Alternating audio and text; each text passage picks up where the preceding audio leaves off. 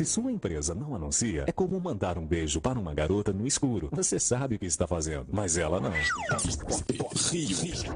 Todo mundo ouve. Daqui a pouco, mais músicas pra você. ZYU 240, Associação Difusora Comunitária do Catete, Rádio Pop Rio FM, 98,7 MHz, Rio de Janeiro. Olá, caros ouvintes. Invasão Cultural, a nossa dose de arte e boas histórias para você aqui na Rádio 98,7 Rio. A partir de agora, você não está sozinho.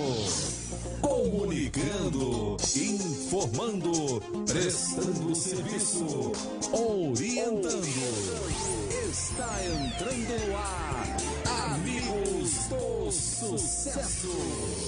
Ponto de vista, debate, convidados especiais e a sua participação. No ar, Amigos do Sucesso, com Kaanda Nanda. Alô, amigos do sucesso. Boa noite, gratidão, muita gratidão. É com esse sentimento que aqui estamos na Rádio Pop Rio 98,7. Tô cansado. Meus amigos, como é bom estarmos juntos.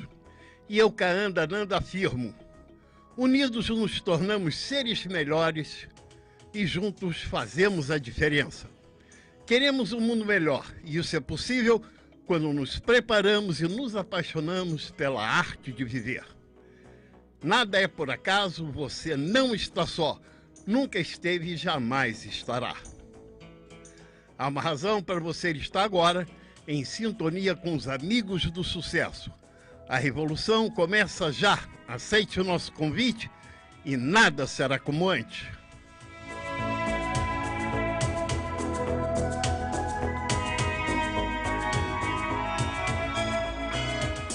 Declaração. O programa Amigos do Sucesso declara o seu propósito de ser fonte de inspiração para que você caminhe em direção ao seu sucesso e entre em sintonia com a melhor pessoa que existe dentro de você.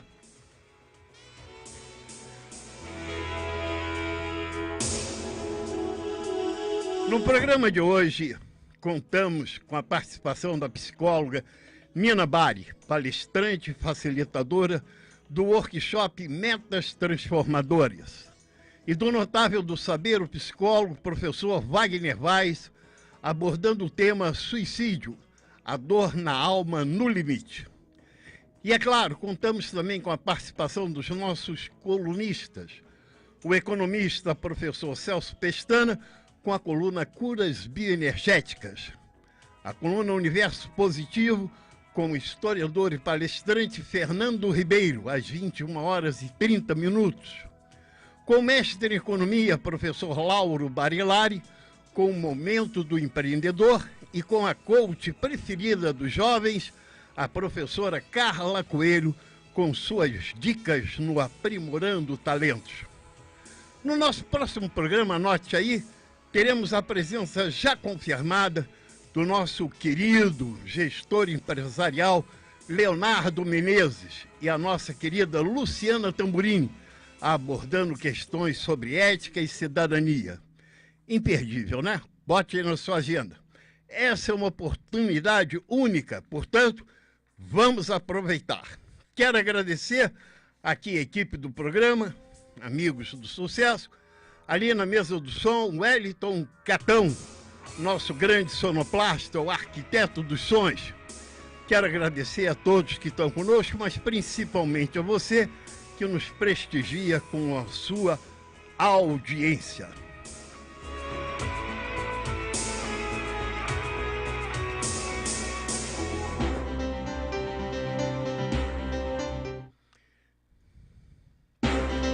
Editorial. Vale a pena a tentativa e não o receio. Vale a pena confiar e nunca ter medo. Vale a pena encarar e não fugir da realidade. Ainda que eu fracasse, vale a pena lutar. Vale a pena discordar do melhor amigo e não apoiá-lo em suas atitudes erradas. Vale a pena corrigi-lo. Vale a pena encarar-me no espelho e ver se estou certo ou errado. Vale a pena procurar ser o melhor e aí, vale a pena ser o que for. Enfim, vale a pena viver a vida, já que a vida não é tudo que ela pode nos dar, mas sim tudo que podemos dar a ela. São exatamente 21 horas e 10 minutos. É hora de celebrar a vida.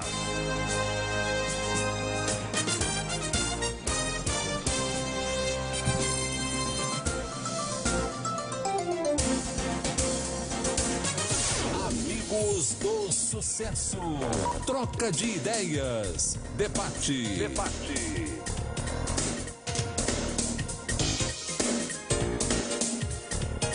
Eu tô aqui cansado porque nós estamos na faculdade de jornalismo.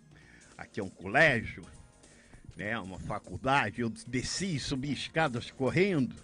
Aí o nosso querido Arliton Gatão me bota para falar. E eu aqui cansado, segurando, né? Mas não é isso não. Gente, o Troca de Ideias é um quadro em que nós entendemos a importância da informação. Daquela informação que te aproxima do sucesso, do teu sucesso. Nesse quadro nós trazemos temas, pessoas, instituições. Nosso objetivo é incentivar uma reflexão para um melhor viver. Você pode sugerir, né? Pode ligar para nós, para a nossa produção, dizer o que você quer ver ou ouvir. Você ouvinte, você internauta. Então anote aí nosso telefone de contato, que é o 99999, são 597284. É o Zap também. Nós estamos aqui com duas pessoas que têm algo em comum. Eles trabalham, funcionam aqui no Rio de Janeiro. Aliás, daqui do Rio vai para o mundo inteiro o nosso programa. E eles trabalham no mesmo espaço, que é o Espaço Psi. É um espaço que funciona na Rua Conde Bonfim, 310 na cobertura, numa gestão de um casal maravilhoso, que é a Eunice, psicóloga, e também do Beto. Então, é um espaço muito abençoado, porque lá as pessoas vão em busca do melhor entendimento delas e como elas podem superar seus medos, suas dores, suas inseguranças e se aprimorar como ser humano. É um lugar, é um verdadeiro templo. Então, fica aí a dica para você que queira encontrar um lugar para participar e até para também estar junto com outras pessoas, ok? Bom, eu vou começar brincando um pouco com os dois. Nina, o seu boa noite. Nina Bari, que é psicóloga, não é isso? Boa noite, bem pertinho, Nina. Boa noite, ouvintes. Boa noite, Cananda. Tudo bem? Tudo bem, suado, cansado. Tive que ir lá embaixo rapidinho, voltei. Nosso elevador enguiçou no meio do caminho. O Alex disse que vai consertar, mas não conserta. Wagner Vaz, seu boa noite. Boa noite a todos. É um prazer estar aqui, né? Trabalhando contigo aqui, podendo oferecer aqui um bom trabalho, uma boa fala, né? E tudo de bom para que as pessoas possam, né? Na dinâmica do programa, né? Ter o sucesso, né? Pessoal, espiritual, né? E é isso que nós todos desejamos. Wagner já é um notável do saber. Notável do saber é um termo que nós usamos para todos aqueles que passam aqui algumas vezes. Então a gente já o caracteriza como notável do saber. Ele que já participou do nosso programa Amigos do Sucesso em outras rádios e que hoje volta aqui, né? Wagner, você é amigo do sucesso? Bom, sim, na medida em que você estava falando um termo que eu segurei, eu achei bem interessante. Quando a gente é parceiro da vida, a gente é amigo do sucesso. Então, se você me perguntar, até profissionalmente, né? Como eu sou parceiro da vida, sou parceiro daquilo que as pessoas vêm buscar junto, né, no nosso trabalho clínico, então eu sou amigo do sucesso nessa condição. Eu sou parceiro da vida, logo eu sou amigo do sucesso. Legal. Nina, você é uma amiga do sucesso? Sim, com certeza. O sucesso tem que estar andando de mãos dadas com cada um de nós, né? É uma forma da gente Tá sempre conectado com a parte positiva da vida, né? Eu vou aproveitar e explicar que a Nina está aqui, porque a Nina, além de psicóloga, gosta de dar palestras. Eu vou perguntar um pouquinho da tua trajetória, Nina. O que fez você ser quem você é e por que você resolveu meter o seu bedelho na vida dos outros, né? Porque você e o Wagner se metem na vida dos outros, né? Então, o que levou você a ser quem você é? Olha só. Como isso começou? Isso começou já tem muito tempo, né? Eu estou com quase 35 anos de carreira. Eu me formei com 25 anos, né? Você já sabe quantos anos eu tenho, né? Eu, pelo menos, quando eu 32, 33, mais ou menos. Né? Então, assim, na época, eu fiz psicologia porque eu achava fascinante conhecer as pessoas, entender das pessoas, né? Quando a gente escolhe uma carreira, a gente ainda é muito jovem, né? Então, a gente ainda tem muitas ilusões e muitas, assim, aquela autonomia, assim, de achar que vai mudar o mundo com algumas coisas. Eu achava que era uma forma de mudar o mundo, fazendo o outro se enxergar. E não é? Em parte né? Então, é porque o mundo tem que começar por algum lugar, né? Então começa por algumas pessoas, É verdade, né? Se cada um conseguir se enxergar, se ver, a gente está mudando o mundo, né? Não é? Sendo uma pessoa melhor, cada dia um profissional melhor, né? Uma mãe melhor. Isso, então, sem dúvida. Aí a gente vai nesse aspecto. Como é que foi? Você já fez psicologia, depois fez mais alguma coisa?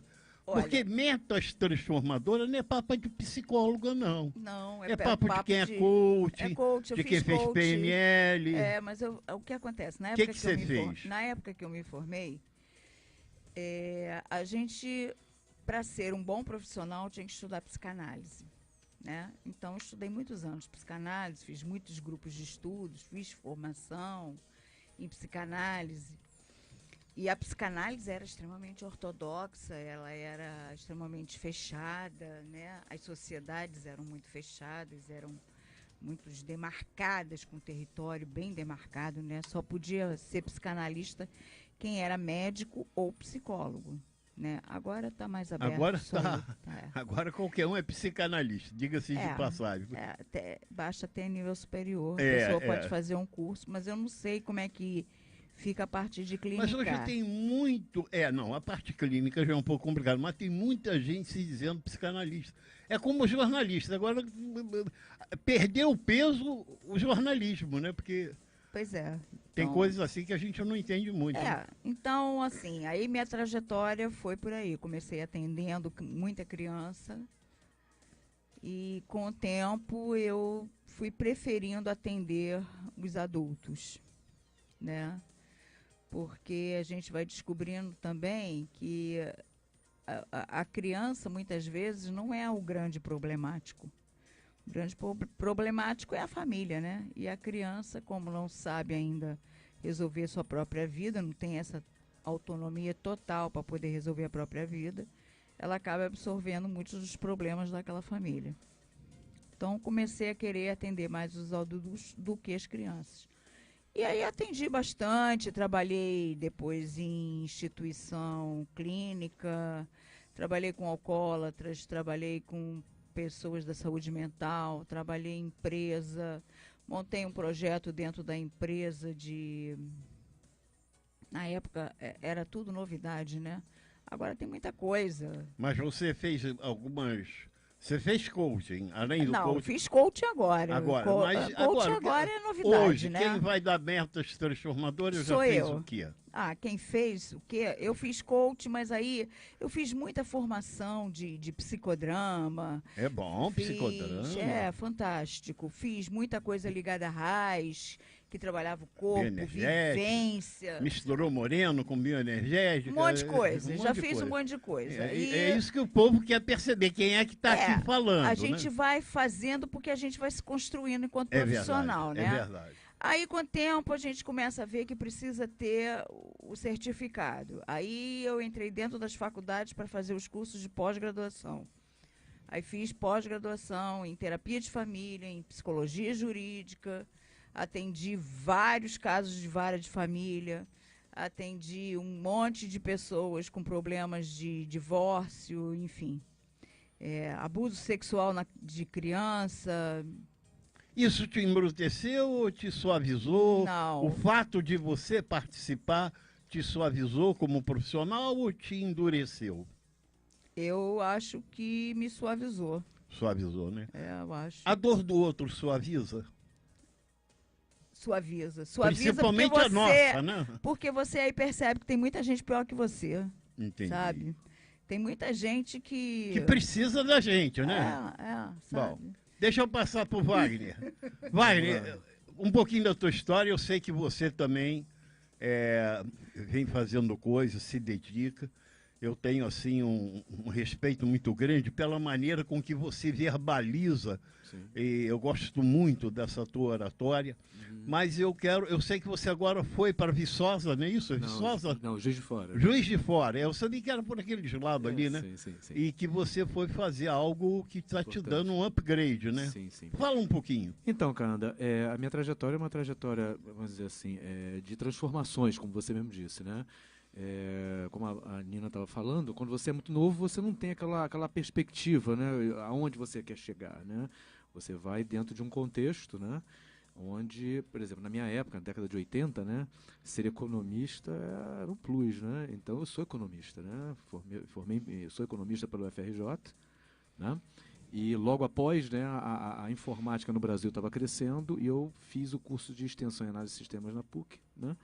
E trabalhei durante 20 anos em empresas, né, trabalhando nos Matheus, já tem isso? Já tem 20 anos? Já tá com mais que isso? Muito mais. Aliás, no outro dia eu vi uma foto sua com seu filho. Ah, sim. Eilael, como é que é? Rei El. Rei El, né? Isso. Bonito. Vocês dois pareciam irmãos, né? Obrigado. Então, assim, aí fiz durante 20 anos, né, esse percurso organizacional, né, sempre trabalhei com empresas. Mas, curiosamente, né, o meu percurso, mesmo nas empresas, eu sentia que as pessoas buscavam algo humano, ou identificavam em mim essa questão do humano, né? Vinham conversar sobre outros aspectos fora do aspecto técnico, né? Vinham conversar sobre aspectos humanos, né? E eu sempre dei acolhida, sempre tive aquela coisa de... Mas eu não tinha essa percepção de mim nessa época, né? Precisou uma crise, né? A famosa crise dos 40, né? Que realmente pintou. Tu já chegou nos 40? Filho. Que bom, vamos lá. Vamos lá. Vamos entrar em detalhes. Não tem problema, né? Então, na crise dos 40, realmente eu falei, bom, vamos recomeçar e exige coragem, né? E eu literalmente comecei do zero. Voltei para a graduação outra vez, fiz a psicologia em termos de graduação, fiz a pós-graduação, fiz mestrado e agora estou no doutorado. Então, deu tempo de ser feliz, vamos dizer assim, né? Rapaz. Esse percurso já dura exatamente 16 anos. Em Juiz de Fora, você foi buscar esse doutorado? Exatamente. Na Universidade Federal de Juiz de Fora, eu sou doutorando em psicologia. Olha, que bacana. Na linha de pesquisa, História e Filosofia da Psicologia. Que bacana. Bom, hoje o nosso querido Wagner Vaz está aqui para falar sobre o suicídio. A dor na alma no limite. Ele vai falar sobre isso. Eu quero dar uma boa noite para Clédia Alencar, que está, acho eu, no Rio Grande do Norte. Ela falou aqui, boa noite, do RN. Eu acho que é Rio Grande do Norte, né?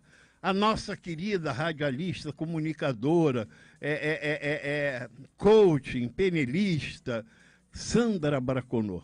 Que honra tê-la aqui conosco. A outro jornalista, amigo, querido, Firmino Neto conosco. A Nalda Costa conosco e o Wellington Catão também, está aqui, olha. Viu, Wellington? Você está aqui no Facebook com a gente, hein?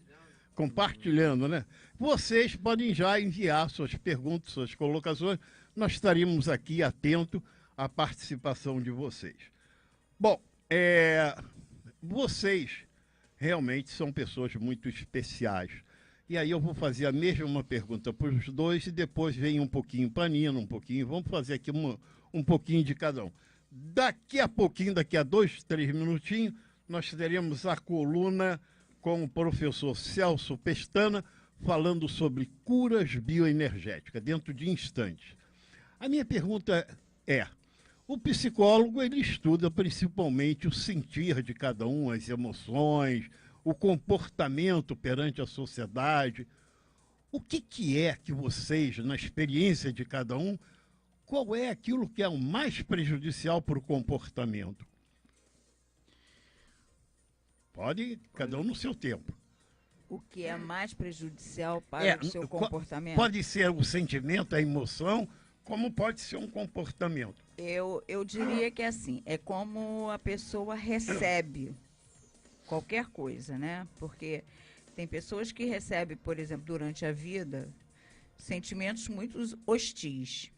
Mas ela faz daquilo, né, uma transformação para a própria vida.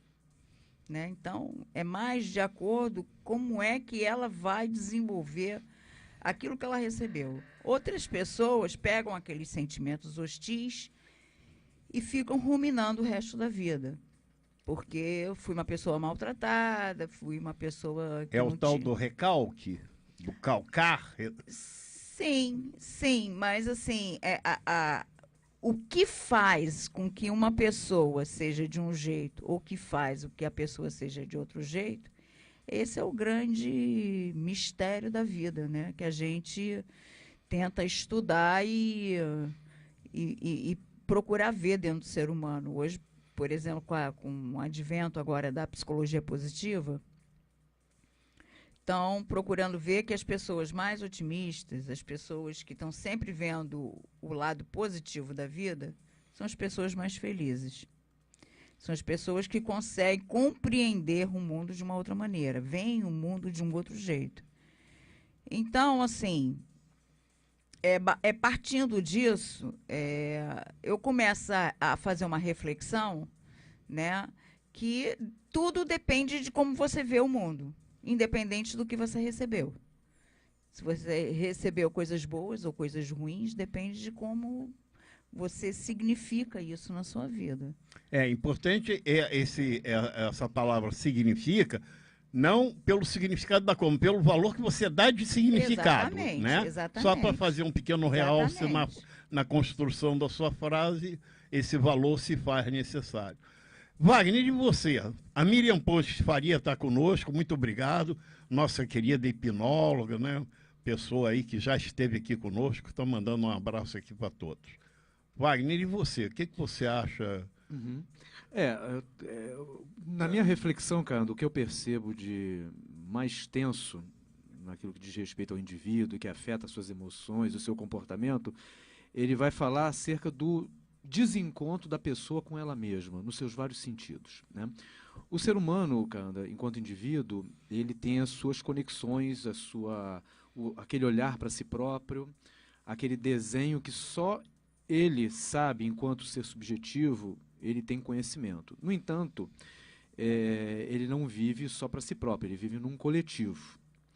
E muitas vezes, cara, esse coletivo ele exerce, né, uma pressão muito grande sobre o comportamento desses indivíduos e muitas vezes pode, para este indivíduo, ter uma perspectiva de si próprio e que dissocia esse indivíduo da própria coletividade.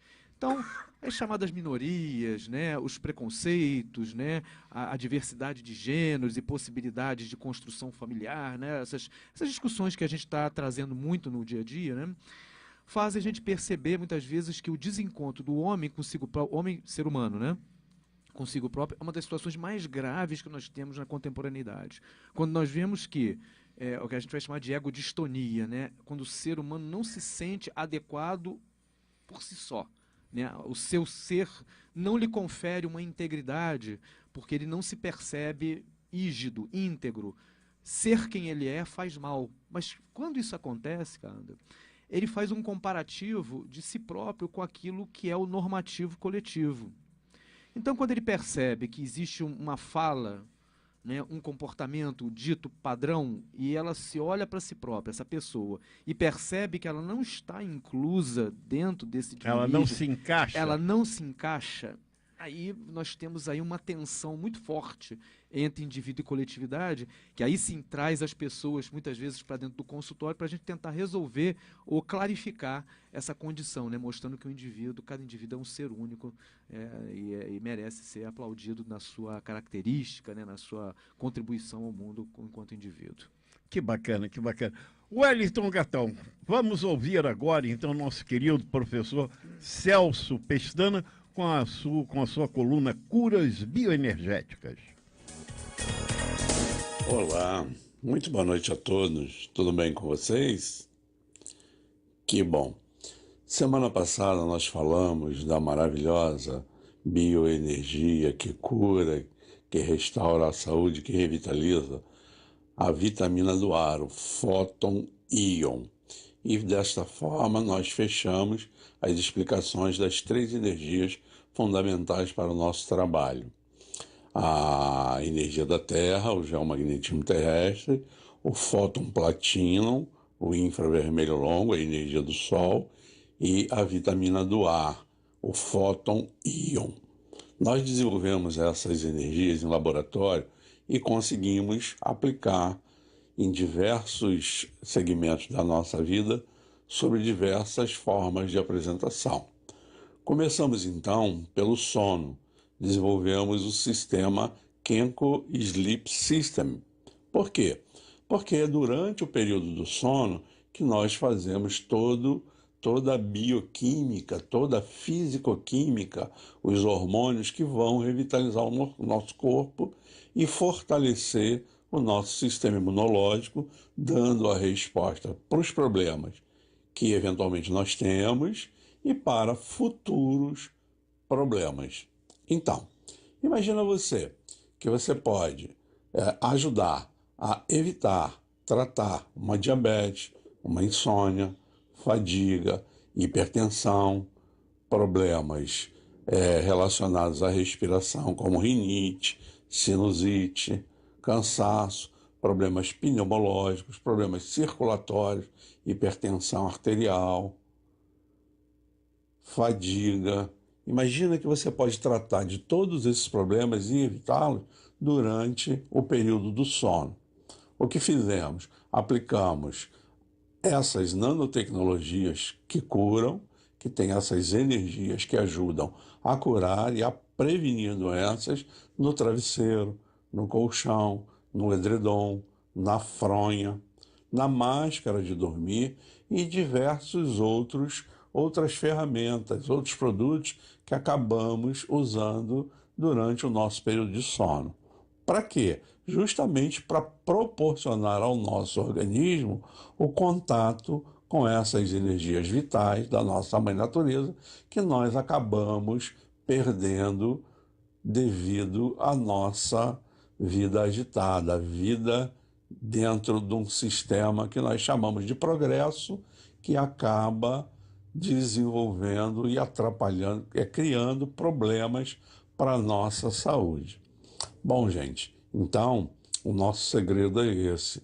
Nós temos a disponibilidade de todas essas tecnologias sob diversas formas de apresentação para que você possa, durante o seu período de sono, usufruir desses benefícios maravilhosos.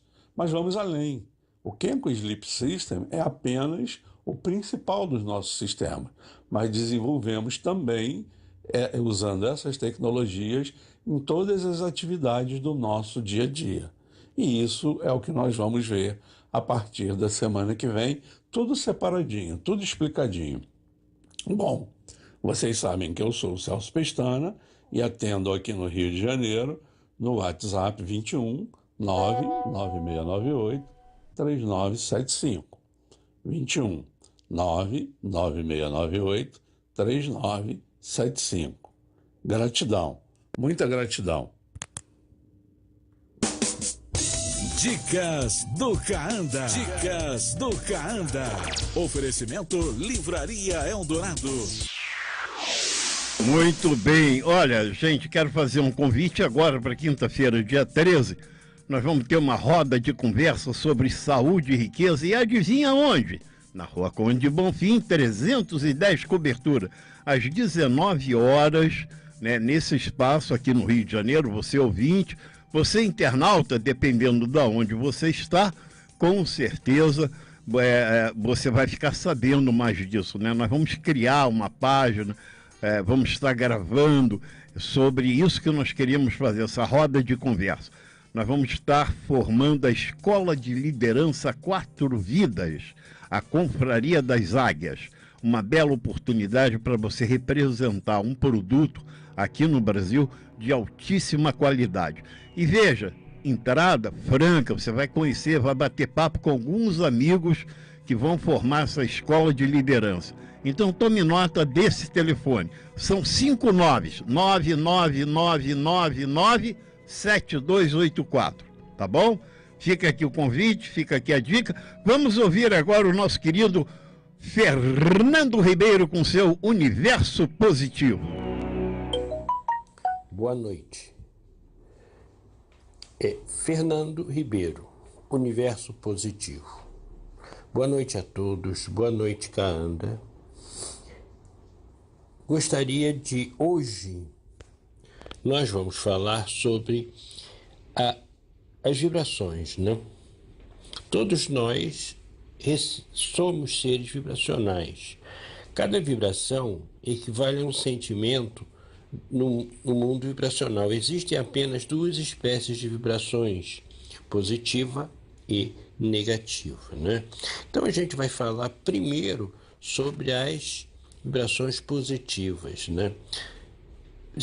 Todos os sentimentos positivos geram vibrações positivas e, em consequência, essas vibrações positivas vão trazer a todos nós sentimentos de alegria, de felicidade, de sentimento de fluxo.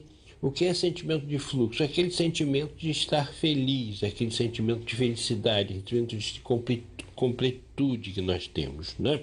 Nós sentimos. Então, vamos falar um pouquinho sobre esses sentimentos que geram vibrações positivas. Sentimentos de paz, quando você está num lugar tranquilo, que você está sentindo em paz, que está tudo tranquilo, que você está calmo, é um bom sentimento que nós devemos cultivar. Sentimentos de alegria, alegria que você tem de beijar um filho, de ver a filha, de ver as coisas acontecendo da forma que você quer fazer, você planejou e fez. Tudo isso é um sentimento de alegria. Sentimento de amor, é uma troca de vibrações de amor quando você conversa com a sua esposa, conversa com seus filhos e tem aquele sentimento recíproco de querer, de ser alegre, de ser bem, de ser amar e ser correspondido. Temos também sentimento, temos também outro sentimento, por exemplo, sentimento de gratidão. Que é gratidão? É você agradecer por aquilo que você recebe. É aquilo, a sentimento de gratidão traz a sintonia com que você agradece, você atrai as coisas com o sentimento de gratidão. Sentimento de esperança. Você ser esperançoso com aquilo que você quer, com aquilo que você gosta, esperança de receber, das coisas melhorarem. É sempre bom a gente estar esperando coisas boas. Dizem que quem não tem esperança morre por antecedência, né? Sentimento de conforto. Você se sentir bem, confortável na situação que você está, isso tudo gera positividade para você, gera vibração positiva. Sentimento de confiança, você confiar nas coisas, confiar em quem você tem relacionamento de confiança, em que você se sente muito bem confiando. Sentimento de afeição, que é parecido com o sentimento de amor, né? E todos esses sentimentos fazem você vibrar positivamente, fazem você estar positivo, fazem você atrair coisas boas. É isso que nos interessa. Obrigado a todos, obrigado ao nosso amigo Kaanda e até uma próxima vez. Amigos do Sucesso, troca de ideias, debate. Muito bem. O quadro Troca de Ideias hoje conta com a participação do Wagner Vaz, psicólogo clínico, teve formação como analista de sistema e também foi economista, mas aí decidiu por convicção ser psicólogo clínico e hoje está falando aqui conosco sobre o tema suicídio, a dor na alma no limite. Ele vai conversar isso conosco. Agora vamos bater um papo sobre algo que Nina Bari, né, que é psicóloga, coach, penelista, com muitas graduações, vai fazer. Ela vai promover um evento chamado Metas Transformadoras. Primeiro, quando será esse evento? Esse evento vai ser no dia 5 de janeiro. Ah, no início do ano. Mas você tem um outro evento agora, não tem um agora? Acho que é amanhã, depois de amanhã. Não, já fiz, foi semana passada. Ah, dia 5, né? Foi semana passada. Ah, foi semana passada. Esse é dia 5 de janeiro. Porque metas transformadoras em PNL, isso se dá em janeiro, né? Então eu digo, poxa, ela está dando agora em dezembro, cara, ela está na frente, né? Mas não, é em janeiro. Não, é em janeiro. É dia 5 de janeiro, vai cair num sábado. Num sábado. E o objetivo desse workshop vai ser um sábado inteiro, né? Vamos começar cedo, mais ou menos umas 9 horas da manhã. Deve ir até às 18 horas. A gente vai trabalhar, né? Vamos se trabalhar. No estilo oficina mesmo, né? Workshop mesmo, né? Vamos trabalhar para que o ano de 2019 seja um ano muito positivo. Tá, um ano então muito bom. antes da gente chegar no produto, eu gostaria de ir na motivação. Você poderia estar ensinando outras coisas, né? Sim. Por que metas transformadoras? Você acha que isso é muito importante? Qual o valor de metas na vida do indivíduo? Eu acho, porque assim, as pessoas precisam de um propósito. Sim, eu tenho até uma pergunta aqui, se é importante ter um propósito. Tem que ter um propósito. Mas propósito e meta é a mesma coisa? Eu acho que sim, eu acho que a gente pode colocar como tá equivalente, né? Porque assim, se você não tem uma meta, não tem um propósito, se você não sabe aonde você está, não sabe para onde você quer ir, aí a vida vai te levando. Mas né? Meta e propósito para você são a mesma coisa? Mesma coisa. Mesma coisa, tá. Sim. Então, essa meta transformadora, eu sinto que você deu à palavra meta um adjetivo de que essas metas são transformadoras. Como assim? Eu tenho uma meta que me transforma, não sou eu que transformo a meta? Como é que é isso? Sim, você transforma a meta, mas eu coloquei esse título porque senão como é que eu vou fazer, né? Quer dizer, na realidade seria para você criar um propósito. Né? Qual é o seu propósito para o ano de 2019? Qual é a sua meta? Né? A meta, ela tem como te transformar. Se você tem, sabendo para onde você ir, o que você quer, você tem como traçar o seu passo a passo para poder chegar lá. Entendi. Eu vou te fazer algumas perguntas. Não, botar um pouquinho de sal na comida, pode? Pode, claro. Tenho a sua autorização não é discordar, mas eu quero me colocar no lugar do ouvinte. Sim. E que às vezes inibido, às vezes não está perguntando, e aí por exemplo, eu percebo que muitos que aqui chegam fazem uma pequena distinção. Meta é o que está lá na frente, propósito está aqui, na saída.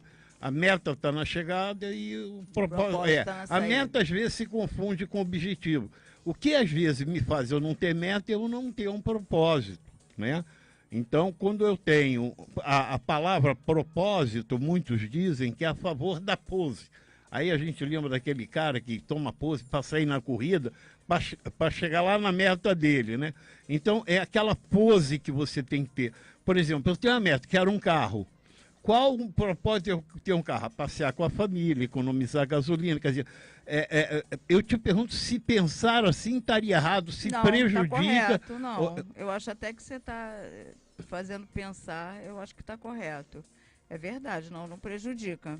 Porque muita gente vem aqui e fala sobre isso, né? De metas. Sim. É comum ver aqui outros profissionais dessa área, por isso que eu estou, como a gente já participou de outros momentos com outras pessoas, fazendo esse foco. Agora, como será então esse evento? Ele começa às 9 e vai até que horas? Vai até às 18, mais ou menos.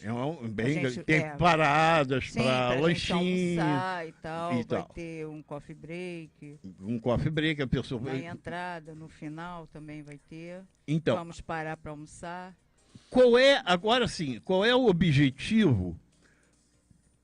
Com o que a pessoa vai sair desse workshop? Eu fui lá, quem está em casa pode entender que vai sair com o quê? O que você vai entregar às pessoas? Ele vai sair com, assim, o que é que ele vai buscar em 2019? Ele vai ter isso bem claro na cabeça dele. Tá, mas quem já tiver isso claro, eu quero arrumar um emprego, quero escrever um livro, quero encontrar uma namorada. Beleza. Ele já tem isso claro, e aí? Tem claro, mas o que seria necessário para ele poder, por exemplo, arrumar um emprego? Ou seja, o que está tão claro é apenas... O final. A formulação aí não está adequada.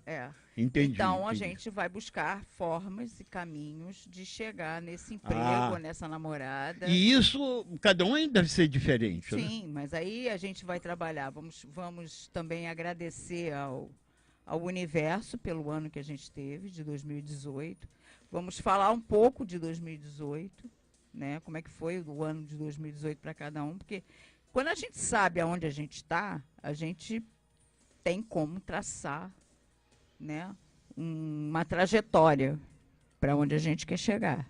Lógico, né? Eu quero ir para o centro, mas não sei nem onde estou, não sei nem que ônibus pego, né? Então qualquer lugar faz serve, né? sentido. Então faz igual aquela Alice do País das Maravilhas, né? Então, assim, a gente vai agradecer ao ano, né, de 2018, porque, de alguma forma, sempre fica alguma coisa, né? Ou fica lição, ou fica aprendizado. Entendi. E a gente tem a gratidão. Nesse evento, você faz alguma vivência? Vamos fazer tem alguma catarse? Tem alguma coisa que a pessoa vai resgatar? Resgate não, mas a gente vai fazer vivências, identificar algumas coisas, talvez. Vamos identificar, vamos escrever algumas coisas, vamos fazer parceria com um colega. Isso é bom, né? Isso é muito bom. Vamos conhecer pessoas diferentes, vamos ver pessoas que tiveram um ano melhor ou pior que o seu, não sei, ou que estão com um propósito parecido ou igual, ou muito diferente que o seu, enfim. Né? É um coletivo, né? Vamos ver quem serão essas pessoas que estão com esse propósito. A gente está aberto para isso. Geralmente, o público que te procura é pessoas mais jovens, de mais idade, são pessoas... Tem de tudo. Tem de tudo? Tem de tudo. Você não consegue... Eu diria que é na faixa dos 20 e poucos até uns 40 anos, a maioria. O idoso já não está muito com metas transformadoras. Não. É interessante isso, né? Interessante. Porque também não sei. A que você atribui? É que o velho já está cansado? Não sei. Já botou muita meta? Eu não sei, eu acho que não. Eu acho não é isso? O que pode ser? E também, primeiro, a gente precisa definir o que é idoso, né? Porque... Idoso, pessoa cheia de idade. Cheia de idade, o sufixo oso quer dizer isso. Não, tem muito. Cheio tem de um idade, monte 60, 50. Eu já estou com 60, então, assim... Você ainda procura metas transformadoras? Eu acabei de fazer um curso de coaching, estou iniciando esse workshop. Sim, então a minha pergunta é, você me disse, foi informação sua, então, assim, que o idoso não vai muito, né? Está na faixa de 20, eu diria 40... até, mas assim, eu diria que o idoso hoje, ele está mais dos 70 anos. 70 para cima, acho que 60, então, por 60 que falta essa de 50 até 70? Eu não sei, porque talvez tenha um outro ritmo de vida. Você atribui, né? Talvez... Ao ritmo de vida, né? Às vezes disponibilizar um dia inteiro. Eu não sei. Nós já sabemos, eu já disse que vai ser lá, num espaço lindíssimo. Né? Aliás, tanto o Wagner atende lá quanto a Nina, né? Que é na Rua Conde Bonfim 310, aqui no Rio de Janeiro. É um espaço fantástico e, além de ser um espaço bem grande, são várias salas, muito amplos, né? É o calor humano que existe ali. É um lugar muito bonito, né? Muito bacana. E qualquer pessoa pode participar? Ou...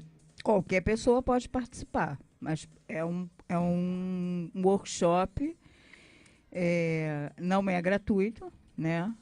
Mas, assim, a gente pode facilitar a vida das pessoas, isso não é problema, não. Sim. Quando você dá a ideia que não é gratuito, me deu vontade de perguntar por quê.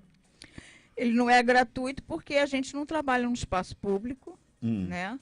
A gente trabalha num espaço privado, então a gente paga a conta de luz, né? Enfim. E a gente mas também... podia ser gratuito. O que eu quero dizer é o seguinte, você acha que... Porque quando eu quis me referir por que não é gratuito, eu quis muito perguntar assim, se a pessoa não pagar, ela não dá valor? Porque às vezes o que é de graça não tem graça, cai na desgraça. A pessoa também, não costuma dar uma certa compreensão, né? Também, as pessoas normalmente... Por exemplo, tem eventos que cobram muito barato, as pessoas não vão. É verdade. Eu já fiz vários eventos dessa Baratinho forma. não vai ninguém. Aí você cobra caro e nem barato. Já fiz evento que era para você levar um quilo de alimento não perecível. Você pode comprar 1 quilo de açúcar, que sai R$2 e pouco, R$3, sei lá, 1 quilo de arroz. E poucas pessoas vão. Não sei. Eu queria que você me dissesse o seguinte, para o nosso ouvinte. Por que esse evento, esse workshop é importante para alguém? Ele é importante porque, primeiro, vai fazer você ter um pouco de consciência de si mesmo. Consciência significa clareza, né? Você vai ter clareza. Assim, vai ter clareza de você mesmo. Como é que foi o seu ano, se ele foi importante ou não. Porque o ano que passou. Esse ano, 2018, né? Que assim, há algum tempo atrás, eu comecei a observar que tem umas pessoas que nem se dão conta disso. E eu achei, assim, muito... interessante, assim, como é que a pessoa passa um ano e não faz uma avaliação de como foi aquele ano para ela, né? Então, assim, eu acho que isso é uma coisa importante. Se as pessoas não fazem, eu acho que está na hora de começar a fazer. Tem gente que gasta dinheiro e nem anota o que gastou num dia, né? Pois é. Não sabe nem aonde gastou com o que, né? Né? Então, assim, o que foi bom, o que não foi... O que foi bom, será que pode melhorar? O que não foi tão bom assim, por que não foi? O que eu posso fazer para melhorar para a minha vida?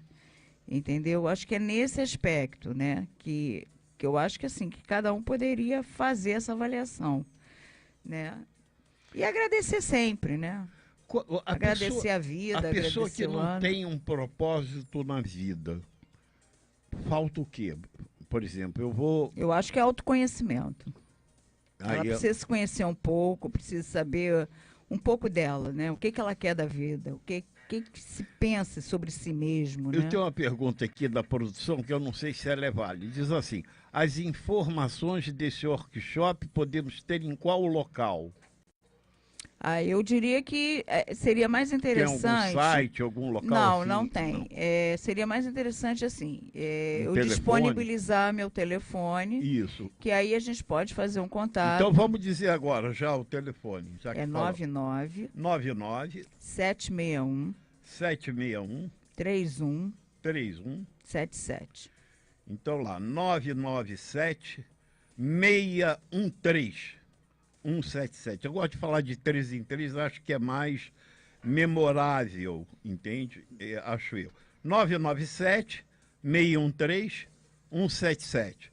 Agora, então, é Zap esse telefone? O WhatsApp. Zap também? O WhatsApp. Então as pessoas podem ligar e obter informações. Sim. Você falou que ele não é gratuito. Você se incomoda, aí sou eu, por curiosidade, de dizer o valor, quanto custa, se pode parcelar? Pode parcelar. Ele custa R$162. 162? Não tem centavos? Não. Me decepcionou. 162? Poxa, devia ter uns centavinhos aí, né? Não, eu coloquei esse número porque me disseram que tinha que ser múltiplo de 9. Muito bom. O número é muito bom, múltiplo de 9. Então eu coloquei múltiplo de 9. Só tem que ter medo o 9 de fora, porque aí é nada, entendeu? Mas tirando isso, ele tá bom. Mas olha, vamos aqui, 162, e a pessoa pode parcelar? Pode. Você ajuda a pessoa que quer fazer, não é isso? Ajudo, claro. Lógico. A gente tem que ajudar sempre, né? É verdade. Agora, que tipo de abordagem você vai fazer? Se essa pergunta é válida, que tipo de abordagem? A gente vai falar muito, assim, a gente vai usar muito da própria imaginação de cada um, né? Porque a gente vai trabalhar muito com relaxamento, vamos trabalhar com formas de lidar com música, né? A música propicia, ajuda na imaginação, né? É porque eu não quero falar como é que vai ser. Tá bom. Tem coisa que você não pode, você trabalha com vivência, né? Exatamente, né? Mas vai ter música, vai ter coisas para as pessoas escreverem. Eu acho que é interessante, tem vivências, tem... Quem não quiser se expor, não precisa se expor. Ninguém é obrigado a nada. A nada. Vou hipnotizar você. Não, eu não quero. Eu não vou hipnotizar ninguém. Tem que subir na mesa. Não, mas eu tenho medo de altura, não preciso. Não tem isso aí, não né? Tem, né? As pessoas têm a sua autonomia, né? Quantos dias o evento? Vai ser um dia só. Um dia só, né? Tá. Teremos informação a mais antes de fazer o workshop? Olha, eu poderia conversar com a pessoa, né? Não sei que tipo de informação que a pessoa gostaria de saber. De repente ela vai ter um papo, acho que ligando, né? Por 997-613-177. Isso. Vai ter isso, né? Eu decorei com isso, você vê que é fácil? 997-613-177. Nem você, olha como é que ela olha curiosa para saber se eu estou falando porque certo. Eu falo diferente, né? Mas você como peimelista sabe como fazer isso, né? Exato. Bom, eu queria perguntar ao Wagner, que está tão quietinho aí, Wagner, como é que você, né, vê a importância dessas metas na transformação, você transformar uma pessoa por ela ter metas, ou ela se abrir para ter metas? Uma pessoa com dor na alma não quer saber de metas, né? Você falou uma coisa muito interessante, sabe, Canda? Porque a gente tem metas quando a gente tem uma relação com a vida. Isso. Né? Relações, né, elas são um bate-volta, né? É um feedback constante, né? Wagner, você sabe que todo dia de madrugada eu coloco alguma coisa, eu paro diante do computador, enquanto meu Deus não me fala, eu não escrevo aquele post, eu mando isso para Amigos do Sucesso. Você está me dando uma inspiração tremenda. Você pode falar de novo o que você falou? Metas é uma consequência de uma da relação com a vida. Que você estabelece com a vida. Isso para tudo, né, Canda? Porque veja, né? Que revelação!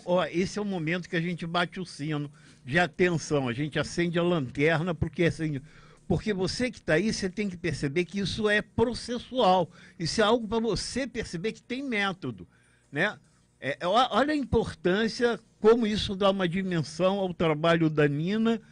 E como ele está falando, você, para ter mais vida, é fantástico. Eu achei incrível. Uhum. Você não vai ter medo se você não tiver uma relação com a vida. Sim. Ainda há pouco, quando você conversou sobre a questão do idoso, né? Por que isso não acontece, né, Canda? Porque, veja bem, a vida, né, aí claro que tem tudo a ver até com a questão que a gente, né, no momento oportuno você vai conversar comigo sobre o tema, a vida, nós nascemos com um script carimbado, né? Isso. E o que acontece? Você repara que a partir de uma certa faixa etária, parece que o coletivo, né, ele não nos oferece um script para quem tem uma certa faixa etária, sei lá, a partir de 50, até 40 você tem, né, a idade do lobo, tem toda uma mítica, né? Mas a partir de 50 eu não vejo, né, esses scripts. Então, percebe, né? A pessoa, não vou dizer, eu não gosto dessa palavra idoso, eu gosto que amadurecido, né? O cara está pleno de vida, né? Então percebe que não existem scripts para ele. Então a partir desse momento é você por sua conta e risco. Então percebe, durante muito tempo, né, a sociedade, o coletivo oferece a você um script. A partir de agora é com você. Então percebe o idoso ou amadurecido, ou a boa idade, né? Que instrumentos esse indivíduo possui se o coletivo não oferta uma possibilidade, um horizonte, um propósito e uma meta. Então, o indivíduo se sente o quê? Desassistido em suas próprias possibilidades. O pior é quando isso é familiar até. Na verdade, isso acaba sendo rotineiro, acaba sendo um elemento até da cultura. Você vê que coisa dramática a gente dizer isso, né? Na prática, você não inclui. Na verdade, a partir de uma certa faixa etária, se é por sua conta e risco, o coletivo tem uma leitura a partir daquela faixa etária excludente. Ou seja, se eu não oferto a esse indivíduo um script, por menos que seja, o indivíduo está por sua conta e risco. Aí sim, vem os processos de depressão, de não pertencimento, de desfiliação, de não contato com as pessoas. Eu né? adoro Hellinger nas constelações, exatamente por essa ideia de pertencimento. Sim, né? Sim, eu acho que as ordens de amor que ele aborda é fundamental para nós compreendermos essa ideia de que para ter uma boa identidade, é válido que eu me sinta pertencendo, aceito, né? Maslow já diz um pouco disso, né? Do reconhecimento, né? Existe uma coisa, assim, bem que vamos dizer assim, aí nos termos junguianos a gente diria que é arquetípico, né? O olhar do outro é arquetípico. O que quer dizer? Sem dúvida. Eu me reconheço nos seus olhos. Se você não me devolve, qual é a construção que eu faço de mim a partir desse não olhar, né? Então, vamos trazer de volta, né, a fábula do Andersen, né, do Patinho Feio, né? Você tem todo um processo de negação daquele sujeito, porque ele é diferente daquele grupo, a mãe não reconhece, os seus pais não reconhecem. Ele só começa a ter visibilidade a partir do momento em que ele se transforma em algo grandioso, diferente, né? Ele se tornou aquilo que ele é, na verdade. Ele sempre foi um cisne, ele não era um pato, né? Então, o olhar humano, né, o olhar do outro, ele é construtor de identidades. Né? Sim, sem dúvida. Se você me olha, né, quando a mãe olha para o seu bebê, é a devolução que o mundo faz de mim mesmo para mim mesmo. A palavra devolução é perfeita, porque não há evolução sem essa devolução. Né? Excelente, porque assim, quando eu estou lá na barriguinha da mamãe, eu estou num universo paradisíaco. Eu e a mim mesmo, né? Aquela coisa bem narcísica. Não há olhar, nem o meu. Não há olhar. A partir do momento que você sai e vai para esse mundo hostil, é óbvio que o olhar do outro, ele é construtor. Então, por exemplo, se a minha mãe me olha com olhos de receptividade, de carinho, né? de desejo, porque ela quer aquela criança, óbvio que a construção de si própria, a partir daquele olhar, com certeza será boa. Que fantástico. Se for negativa, né, no sentido de não acolhimento, né, de não pertencimento, ou seja, você veio por acaso, é o raspa de panela, não queria, né? Então isso passa. Né? É quase que um rótulo, né? Não é falado, mas... Veja, não é determinante, porque a direção que a gente está determinando, não são coisas deterministas, mas elas impressionam. Sem dúvida. Marca, é o mundo da impressionabilidade, exato, sem dúvida. O indivíduo fica impressionado com aquilo. Muito bem, querido Catão, são 22h02. Vamos aí para um intervalo? Não? Vamos? Vamos lá. Tem o apoio cultural deles. Jornalismo, FPG, Faculdade Pinheiro Guimarães. Aqui seu talento vira notícia. Você sabia que a internet aumentou o alcance das emissoras de rádio? Além de poder ouvir nossa rádio em sua casa, trabalho e no carro, através do seu smartphone, você pode nos ouvir também em qualquer cidade, estado ou país. Basta baixar e instalar o aplicativo em seu celular ou tablet. É de graça. O Radiosnet está disponível para Android e iOS no site radiosnet.com. Curiosidades do Natal. Você sabia que para os poucos cristãos residentes no Iraque, a principal tradição natalina é uma leitura da Bíblia feita em família? Há também o Toque da Paz, que segundo a tradição natalina do Iraque, é uma bênção que as pessoas recebem de um padre. Curiosidades do Natal. A qualquer momento de volta. Ho, ho, ho, ho. Cuidar dos dentes e da saúde da boca é muito importante. Para você que tem um bebê, crie o hábito de limpar as gengivas, bochechas e a língua dele com um pano limpo e úmido, principalmente após as refeições ou mamadas. E atenção com os dentinhos das crianças maiores. Controle o uso do açúcar. Melhor do que doces e refrigerantes é oferecer às crianças frutas e sucos naturais. Feliz quem teme a Deus e anda em seus caminhos. Você comerá do trabalho de suas próprias mãos, tranquilo e feliz. Feliz Natal! É Natal. Rio. Dicas do Caanda. Dicas do Caanda. Oferecimento Livraria Eldorado.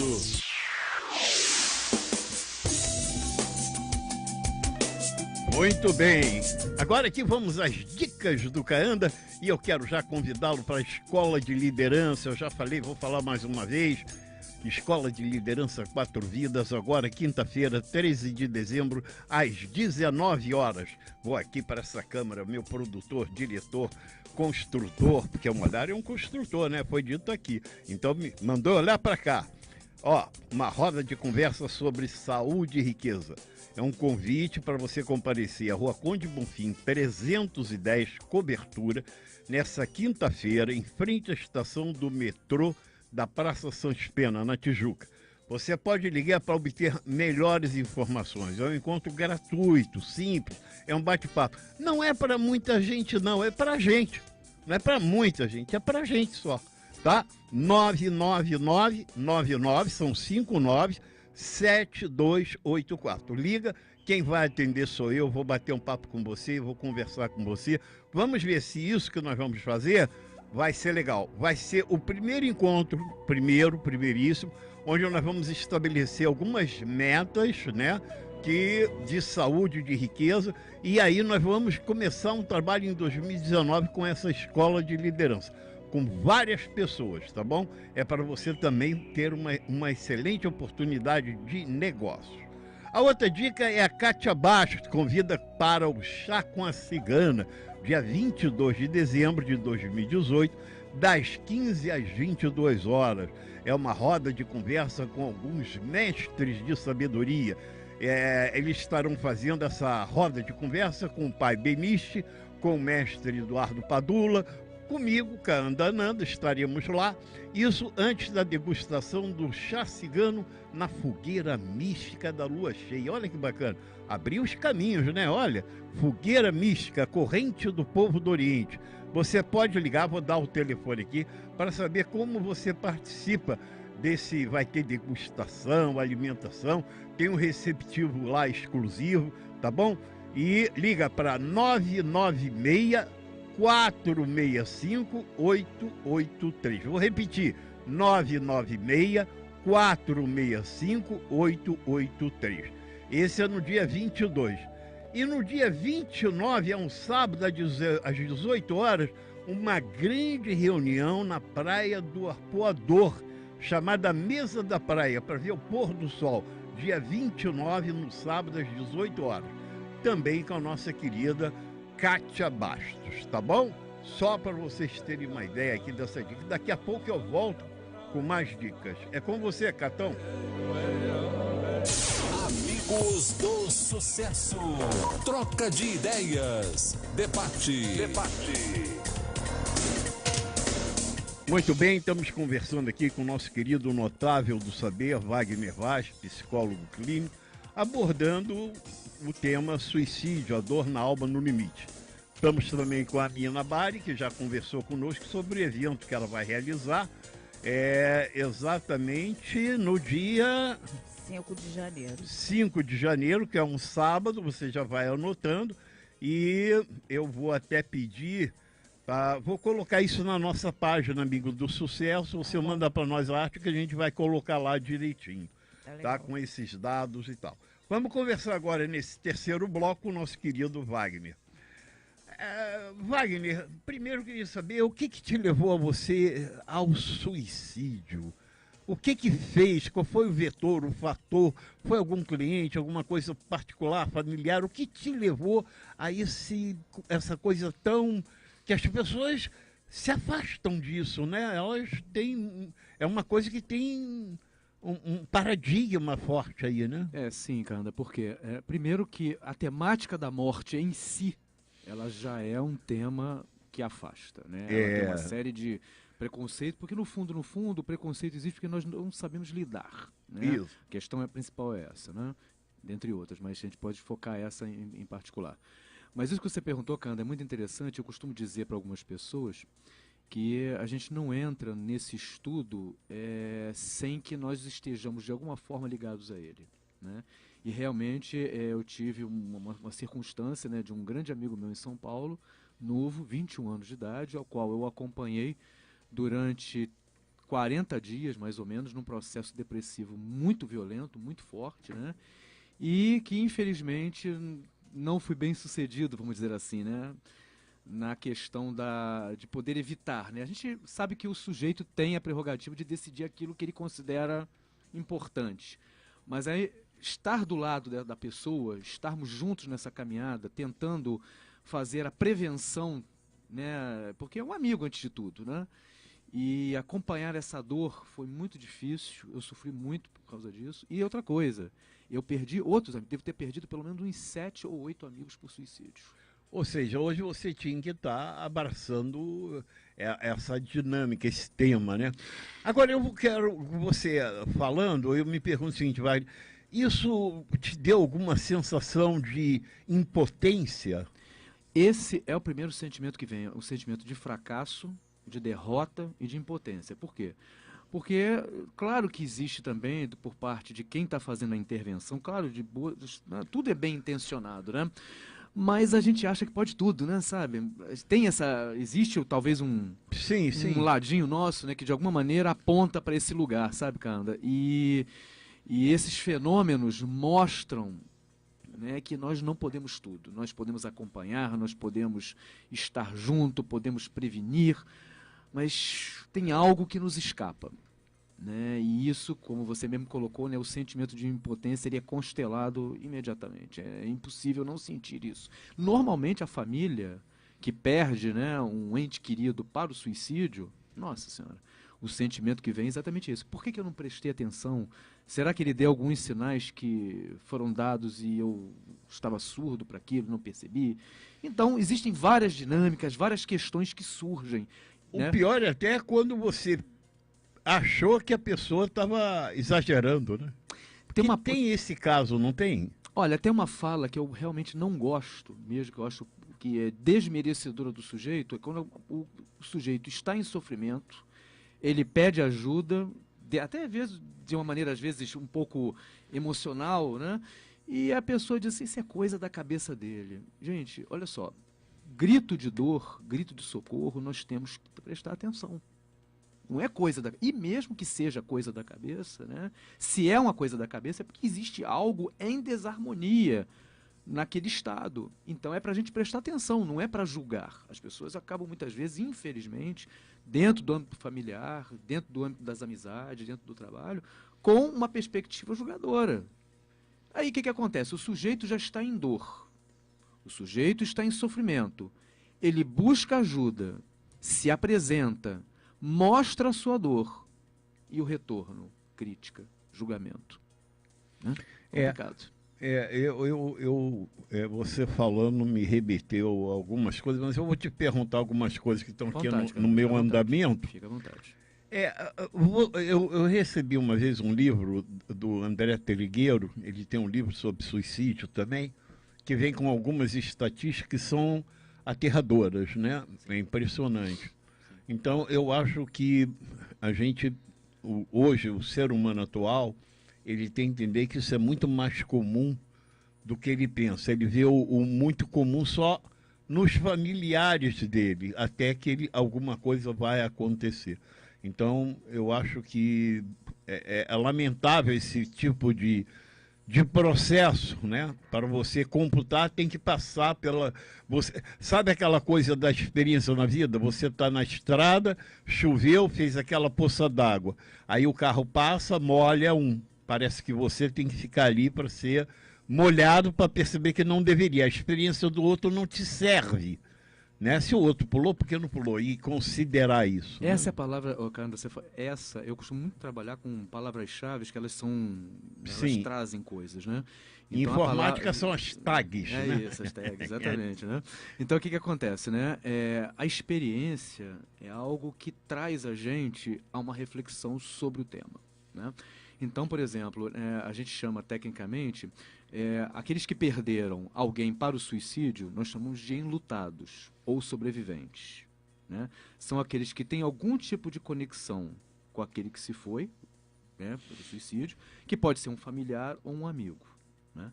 Então, o enlutado, ele exatamente se encontra nessa condição, né? Ele está realmente de luto por conta de algo que estava próximo aos olhos dele, inclusive, muitas vezes tendo pedido socorro e muitas vezes deixamos talvez escapar aquela palavra que não foi dada, aquela ação na direção do outro que não foi conduzida, aí trazendo aquela questão da impotência e da culpa, né?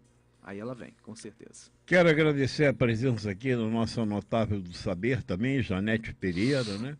Nossa querida, é a mulher das coisas naturais, né? Janete Pereira.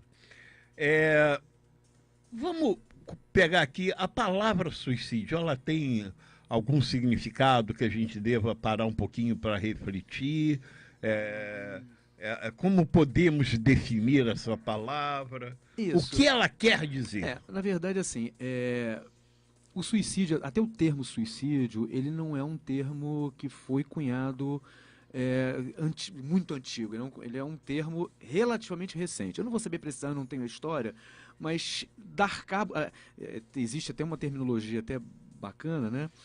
Entre aspas, né, que profere, né, a ideia, que chama-se autoaniquilação. Um outro sinônimo que se dá para o suicídio também é a autoaniquilação, ou seja, aquela prerrogativa ao qual o sujeito se dá de dar cabo da própria vida. Ou seja, ele entra na condição de determinar o fim da sua vida. É uma questão complexa, porque na medida em que, se a gente trouxer, por exemplo, questões religiosas, né, o conceito básico qual é? A única pessoa, ser, né, que sabe do nosso termo é o homem lá, né, Deus, né, aquilo que a pessoa acredita. Agora, quando o ser humano ele toma essa iniciativa a partir do seu livre-arbítrio, é algo que costuma impactar as pessoas. Como é que é isso, né? Como é que funciona essa dinâmica? Como é que alguém chega ao ponto de pensar e ir ao ato, né? Já que essa prerrogativa, pelo menos a nível existencial, religioso, ela não caberia, vamos dizer, ao homem, caberia a quem o criou, Deus ou o grande arquiteto do universo, não importa o nome, é alguém que seja além de mim, né? Um grande outro, né? Que seja além de mim e que, em algum momento, na sua dinâmica, na sua sabedoria, ela diria qual seria essa data. Nós nunca sabemos essa data. Agora, o sujeito, diante do seu sofrimento, que é muito grande, veja bem, ninguém chega um belo dia e diz, vou me matar. Não é assim que a coisa acontece, né? Normalmente, né, dentro da fala, né, a fenomenologia do suicídio ela está sempre associada a um sofrimento ou uma dor, né?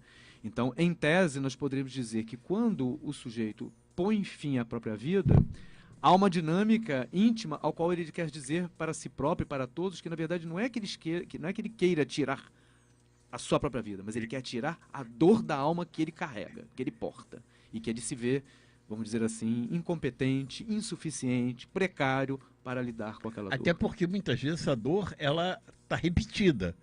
Ela tem suas... ela vai corroendo, né? Por mais...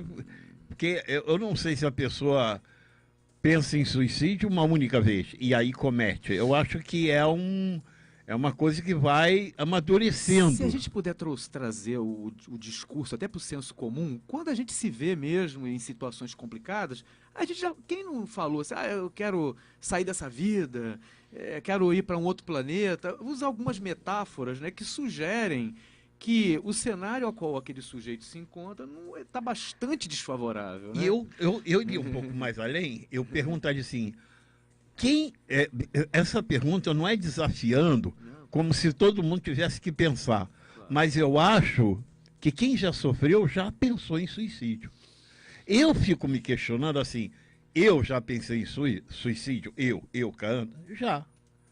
Entendeu? Mas eu queria fazer aquilo? Não queria fazer aquilo, mas como eu me suicidaria? Será que as pessoas, só eu penso isso? Será que alguém pensa? Eu não sei, nunca fiz essa pesquisa. Não, claro. Mas que tipo de suicídio eu faria? Lógico que, ao pensar nisso, eu sinto que comigo eu me resgatei, né? E procurei outros caminhos. A gente tem técnicas de PNL, de coach, a gente é muito o que se diz, é muito aquilo. Não importa se a gente cai, o tempo de levantar, quanto mais rápido é melhor. Tudo isso a gente sabe, mas a gente não pode não dar valor à dor. Às vezes ela se repete, né? Pois é, cara, isso você está falando uma coisa interessante. Quando a gente consegue estabelecer uma conexão com uma alternativa, é porque existe ainda uma parcela do indivíduo que ainda vibra a vida. Vibra a vida. Entendeu? Bonito isso. Entendeu? Então, veja bem, quando o indivíduo chega, porque, nossa, a gente na casuística vê, né? O indivíduo não vê outra alternativa. É como se o pensamento de morte capturasse o ego. Aí tem gente que diz assim, eu mesmo já me fiz essa pergunta, poxa vida, eu sou amigo daquele fulano, será que ele não pensou em mim, que eu poderia ajudá-lo? Por que ele não me ligou? Por que ele não mandou um recado? E a gente se sente mal com aquilo, né? Poxa, eu sou tão amigo daquele fulano, por que ele não pensou? Muito interessante. Mas a pessoa, veja bem, a pessoa não faz isso de má vontade, não. Sim. Gente, a gente precisa entrar no sentimento da coisa, né? A pessoa é capturada mesmo por aquele, é como se fosse um foco, você olha... Ela é sequestrada. Ela é sequestrada, ela é capturada por aquela ideação.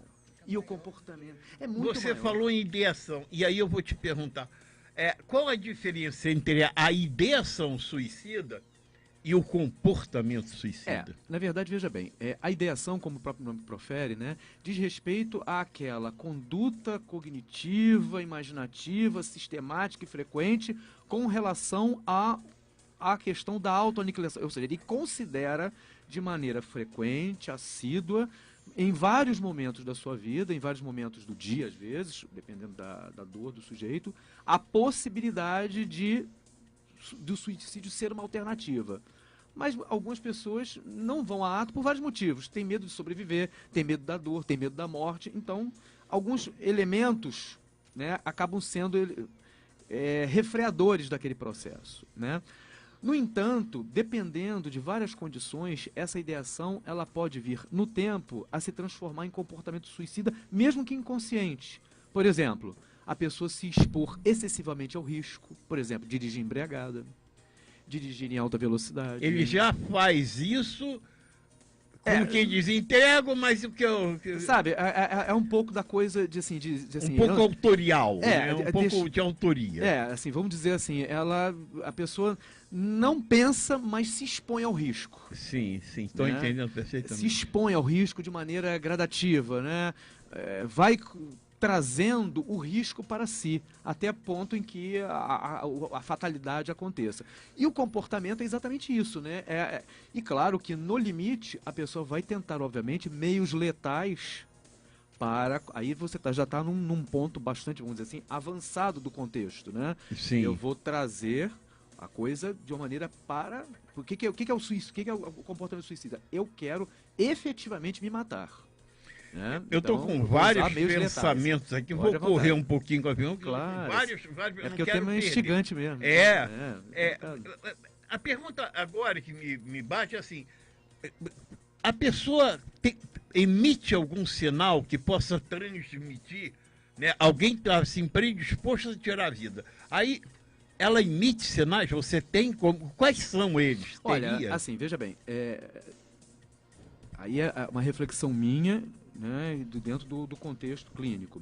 Veja, no meu entendimento, cara, esse sinal, para ele ser percebido, você tem que estar atento àquela pessoa de alguma forma. Por exemplo, vamos imaginar o seu filho, uma filha. Esse contato, ele não foi construído hoje. O amor, o afeto, né, por um amigo, por um familiar, ele não veio. É uma construção que você faz numa relação que você faz entre as pessoas. Perceber o outro, né, não estou dizendo que isso seja 100% garantido, não é isso que eu estou dizendo. Eu estou dizendo que se você tem uma boa relação com a pessoa, né, ela vai dando esses sinais, é possível a sua percepção. Como? Alterações súbitas de comportamento, a performance não só laboral, como de estudos e em outros setores da vida, começa a decair. A gente chama no termo técnico, a pessoa começa, vamos dizer assim, gradativamente a desinvestir da vida, começa a proferir falas que sugerem um comportamento suicida, do tipo, estou né, estou de saco cheio dessa vida. Se eu pudesse, eu não estaria mais aqui hoje. Ninguém se importa comigo. Se eu morresse hoje, ninguém se importaria ou daria a minha falta. Mas também existe aquelas circunstâncias em que realmente não é percebido mesmo. Ela não deu nenhum sinal. E veja bem, a gente diz no nosso trabalho clínico, né, que não necessariamente o indivíduo tenha que dar um sinal. Às vezes ele pega todo mundo de surpresa mesmo. Eu conheço casos perto de mim que a pessoa diz assim, eu vou ali tomar um banho e já volto. Tá bom, e faz o ato. Eu ia até te questionar o caso, um dos vetores de suicídio também é a vergonha. René Brown fala muito sobre essa vulnerabilidade e a perfeição. Ela tem alguns livros, um deles, A Coragem de Ser Imperfeito, né? E ela fala dessa questão da pessoa perceber que vai ser descoberta por algo que ela oculta durante tanto tempo que ela prefere dar cabo da sua vida, né? Se é que... Cara, você está falando uma coisa que isso tem que ser dito realmente, que bom que você está dando essa oportunidade, né? Porque veja bem, cara, o que está em jogo aí é o discurso coletivo do herói. Nós temos que ser... Não há lugar na contemporaneidade para falha, para o erro, para a precariedade, para os limites. Você tem que estar o tempo todo, sabe, heróico o tempo todo. Então, quando eu não me vejo, quando eu não vejo, aí outra vez o script, né? Quando eu não me adequo àquele script, ou eu sou precário, ou sou insuficiente, a vergonha vem. E isso acontece... A ideia de insuficiência é uma coisa que Richard Moss fala muito na Mandala do Ser. A escassez, né? Como você se sente... Mas veja bem, essa escassez e essa insuficiência, ela não vem como sujeito, mas ela vem do sujeito com relação a este coletivo. Existe um coletivo que tem um normativo que diz para você o que é essa eficiência. E se você não cumpre... Por exemplo, só um dado bastante importante. No Japão, o maior índice de suicídio que acontece é sempre no começo das aulas dos estudantes. Por quê? Porque é onde você está começando uma série nova, as exigências são grandes e muitas vezes, né, existe até da tradição, né, eu quero ser um orgulho para minha família, eu não posso envergonhar. Isso faz parte da cultura, isso faz parte do olhar do outro, do coletivo para aquele indivíduo. Então, vergonha, sentimento de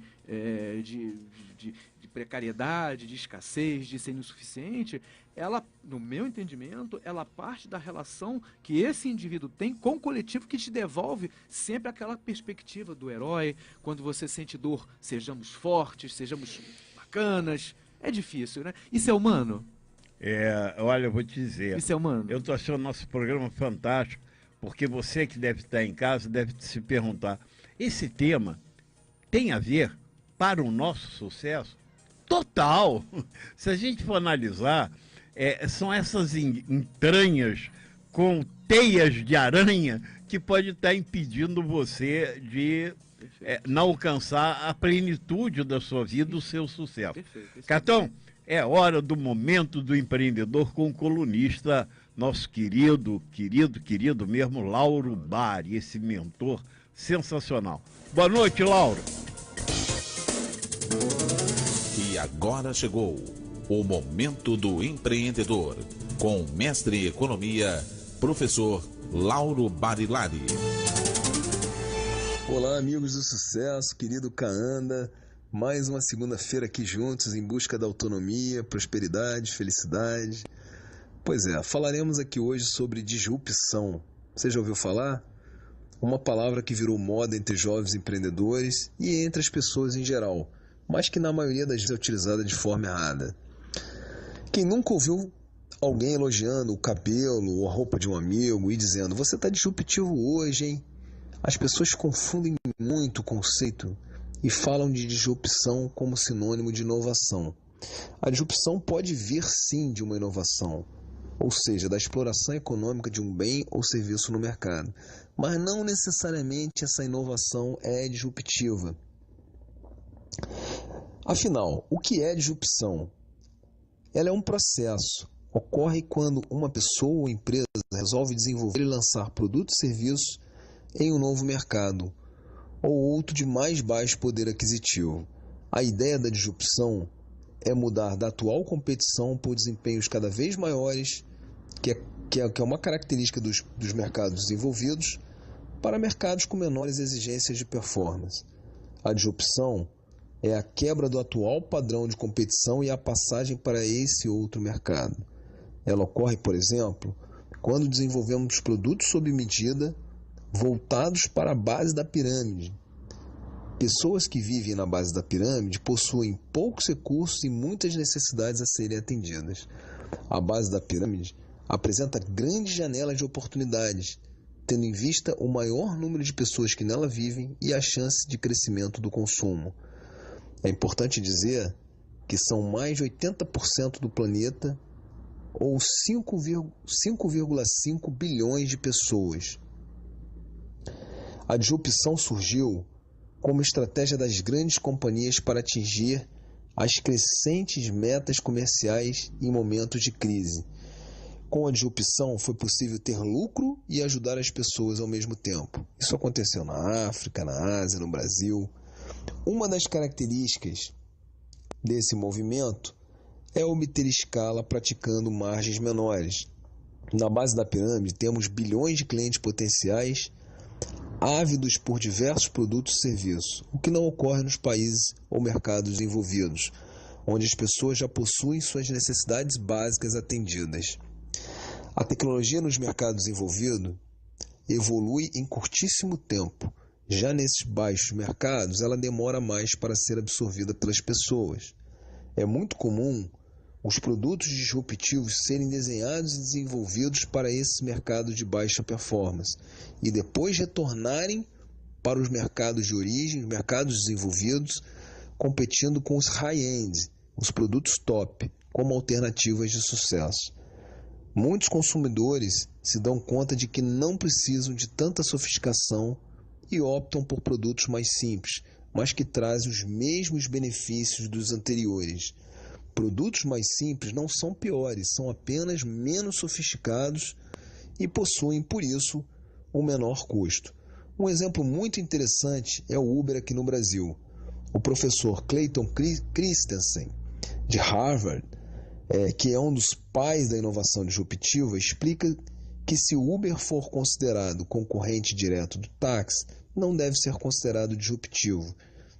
Já se você acha que ele abriu um novo mercado ou atingiu pessoas que antes não podiam usar o serviço de transporte particular, aí sim ele pode ser considerado disruptivo. Muitos serviços inovadores de base digital são considerados disruptivos por adotarem modelos escaláveis, de baixo custo e atingirem novos segmentos de mercado. Faça contato comigo pelo e-mail laurobarilari@gmail.com, enviando suas dúvidas e sugestões, ou acesse meu site laurobarilari.com.br e lembre que suas sugestões são sempre muito bem-vindas e tenho o maior prazer em respondê-las e a todas as mensagens, todos os ouvintes que mandam todas as semanas mensagem para mim. Um forte abraço e uma semana muito próspera. Nos vemos na próxima segunda-feira nesse mesmo horário. Dicas do Kaanda. Dicas do Kaanda. E não vamos pro ponte para explorar mais. Eldorado. Estamos de novo no Dicas e eu quero apenas dizer o seguinte: eu ficaria muito feliz com duas coisas. Primeiro, de você ligar para a gente nesse telefone, né? 99999, são 5 9, depois dos 5 9, 7284. E que você quisesse saber como você pode ter uma coisa disruptiva, como o nosso querido Lauro Barilari explicou, né? Nós queremos fazer isso nessa escola de liderança e temos como metáfora vivencial desse processo exatamente um produto dos Estados Unidos aqui no Brasil, onde você vai trabalhar saúde e a sua prosperidade. Nós vamos ter esse encontro nessa quinta-feira, às 19 horas, na Rua Conde Bonfim 310, Cobertura, aqui no Rio de Janeiro. Mas eu gostaria muito que você ligasse e me dissesse: olha, eu vou estar lá, quero mais informações. Tem um preço a pagar. preço, custo, valor, não sei. É um sorriso na entrada, um sorriso na saída, tá bom? Um abraço e eu aguardo seu contato. Até breve, é com você, grande Well. Eu vou chamar a Carla, isso mesmo, eu adoro chamar o Catão, vou chamar a Carla, a coach preferida dos nossos jovens e adolescentes. Carla Coelho, com a sua coluna Aprimorando Talentos. Boa noite, amigos do sucesso. Boa noite, Kaanda, convidados, queridos ouvintes, tudo bem? Estou muito feliz de estar aqui novamente com vocês. E hoje eu vou responder a dúvida da Mariane.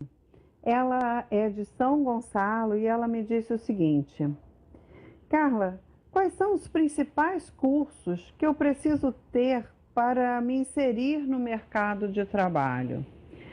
Sou estudante de publicidade e venho estudando inglês já faz algum tempo. Você acha que inglês é o suficiente para destacar o meu currículo no mercado de trabalho? Mariane, que bom você perguntar sobre isso. Gratidão por sua pergunta. Vamos lá, querida. Na área de publicidade, como em qualquer outra carreira, o inglês é sempre bem-vindo, porque ele abre portas para o mundo, né? Você com conhecimento de inglês, você abre não só a possibilidade de se destacar dentro da empresa onde você trabalha, mas também abre a possibilidade de você pesquisar, estudar e trazer conhecimento de fora. Isso é fantástico. Além disso, e se você realmente quer se destacar nessa área da publicidade, é importante que você busque saber mais sobre a história dessa carreira, saber mais sobre como ela se desenvolveu, buscar os pontos em que você pode se destacar a partir da sua originalidade, porque isso é que faz você ser bem-sucedido. Não se comparar ao outro, mas se aprimorar dentro da sua área, pesquisar, se envolver nesse contexto, nesse mundo de publicidade dentro do que você realmente deseja alcançar. Você quer trabalhar em propaganda? Você quer trabalhar em que área dessa profissão incrível, né? Desenvolver o seu lado criativo, buscar formas de abrir o seu campo de visão para novas possibilidades. Isso tudo faz com que você agregue valor ao profissional bem qualificado que você deseja.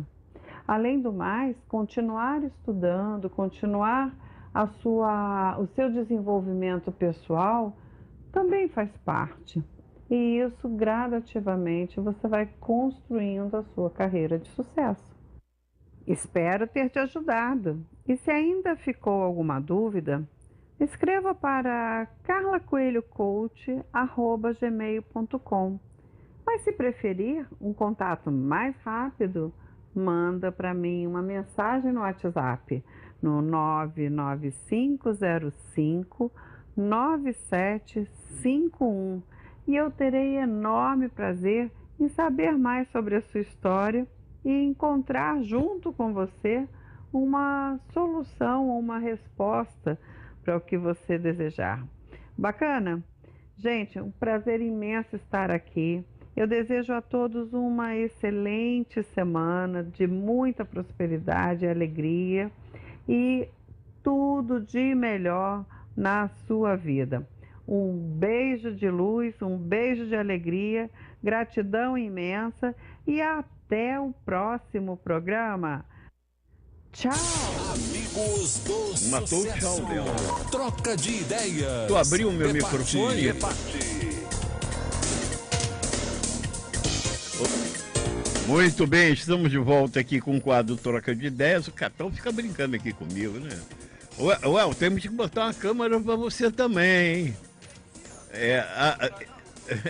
Não colocou, né? Todo mundo tem que ver esse louro simpático, alto, forte, surfista. Agora todo mulherio quer te conhecer, viu? Muito bem, estamos aqui com Wagner Vaz, falando sobre o tema suicídio, a dor da alma no limite. E também com Nina Bari, que está realizando um evento importantíssimo, que é Metas Transformadoras. Eu vou ficar um pouquinho agora com a Nina. Nina, as pessoas vão participar desse evento. E qual é a possibilidade do rendimento de cada participante? Quer dizer, dele aumentar esse rendimento, o rendimento que ele tem de vida. Como é que você sabe? Qual é a possibilidade? Tem como dizer algo nesse sentido? Eu acho que assim, quando a pessoa, né, ela se propõe a se apossar da própria vida, né, e fazer disso um propósito melhor para ela mesma, seja lá o propósito que ela queira ter, como a gente tinha falado num outro quadro aí, assim, arrumar um emprego, conseguir uma namorada, realizar um casamento, enfim. Isso aí vai ficar muito mais claro, mais nítido, né? E aí ela mesma vai saber como que ela vai poder buscar esse objetivo de vida dela, né? Como é que ela vai querer chegar lá? Quais são o caminho, qual é o processo que ela vai desenvolver com ela mesma para ela poder chegar lá. Não é para deixa a vida me levar, né? Mas você vê que as possibilidades da pessoa render mais para a vida, como é que você vê isso? Aumenta porque você é o protagonista da tua própria vida, né? Como é que é a integração entre os participantes? Isso é uma coisa que perdura?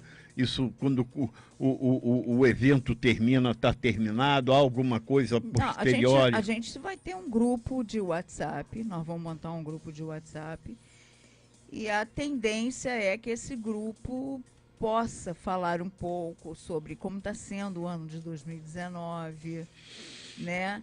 Para que as pessoas criem alguns laços, algumas questões com relação a isso, para a gente poder também ver o desenvolvimento das pessoas, né? É muito o interesse das pessoas nesse tipo de evento, porque é um evento que trabalha, né? Sim, sim. Eu fiz muito metas, né? Mas eu digo assim, eu vi aqui, não é todo mundo que quer se dar a esse trabalho.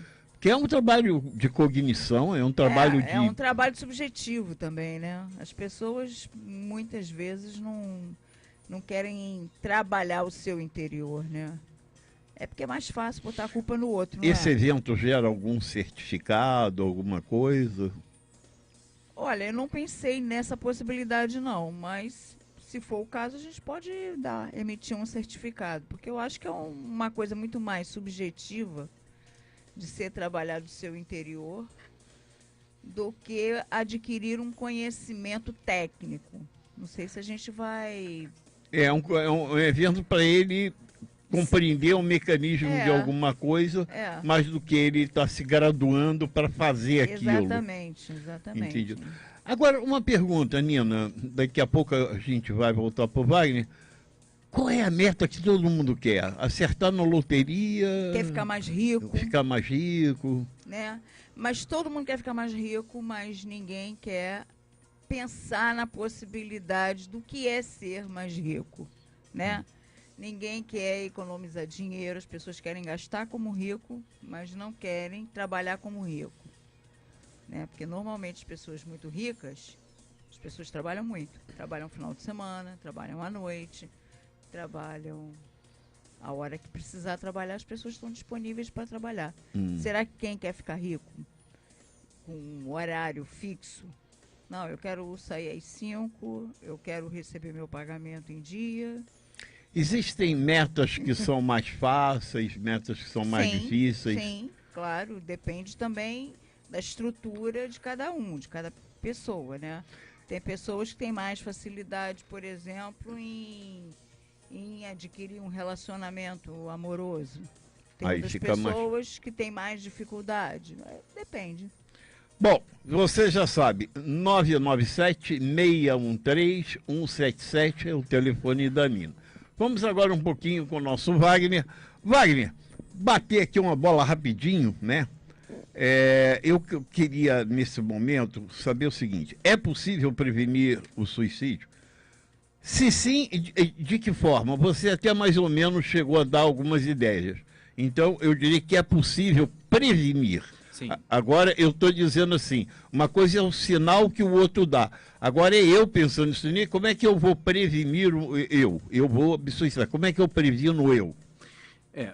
Uma coisa que é importante a gente ter em mente, tem uma percepção importante que muitas vezes, veja bem, não é uma coisa cause outra, mas normalmente, ou isso a literatura vem apresentando para a gente de alguma forma, existe uma conexão forte, por exemplo, entre suicídio e saúde mental. Quando a gente diz saúde mental, né, Carla, a gente não está falando de pessoas loucas, sabe, eu vou indo no jargão que as pessoas comumente para fazer a gente entender do que a gente está falando, né?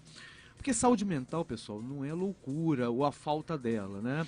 O que é a saúde mental? É a possibilidade de nós termos uma construção e uma percepção de si próprio que nos garanta, né, um funcionamento, né, rígido, produtivo, né, que de alguma maneira isso nos traga um equilíbrio, né, entre perdas e receitas. Podemos ter aí um equilíbrio, vamos dizer assim. Claro que isso não é tão contábil assim. Mas o que a gente repara, né, Canda? A possibilidade de você estar perguntando isso nos abre a gente poder falar sobre saúde mental, né? Isso que você falou, mas como é que eu posso perceber em mim mesmo a possibilidade de não estar numa dinâmica como essa? Primeiro, né, é poder, né, colocar na sua agenda, não só todos nós temos um médico na sua agenda. Eu vou ao meu médico, a gente assim, vou ao meu médico. Mas ninguém diz, por exemplo, dá licença que eu vou ao psicólogo, dá licença que eu vou ao psiquiatra. Não, isso é mal visto, né? Isso é mal, não é uma boa leitura que o coletivo faz de si, do indivíduo, se ele coloca na agenda o profissional de saúde mental, porque dá a impressão que você tem algum problema, né? Isso não é legal. Então, por conta desses estigmas, eu também vou me descuidando da minha saúde mental. Assim como, porque o ser humano tem duas perninhas. Nós somos saúde física e somos saúde mental. Nós, infelizmente, no mundo atual, só temos considerado ou privilegiado a saúde física.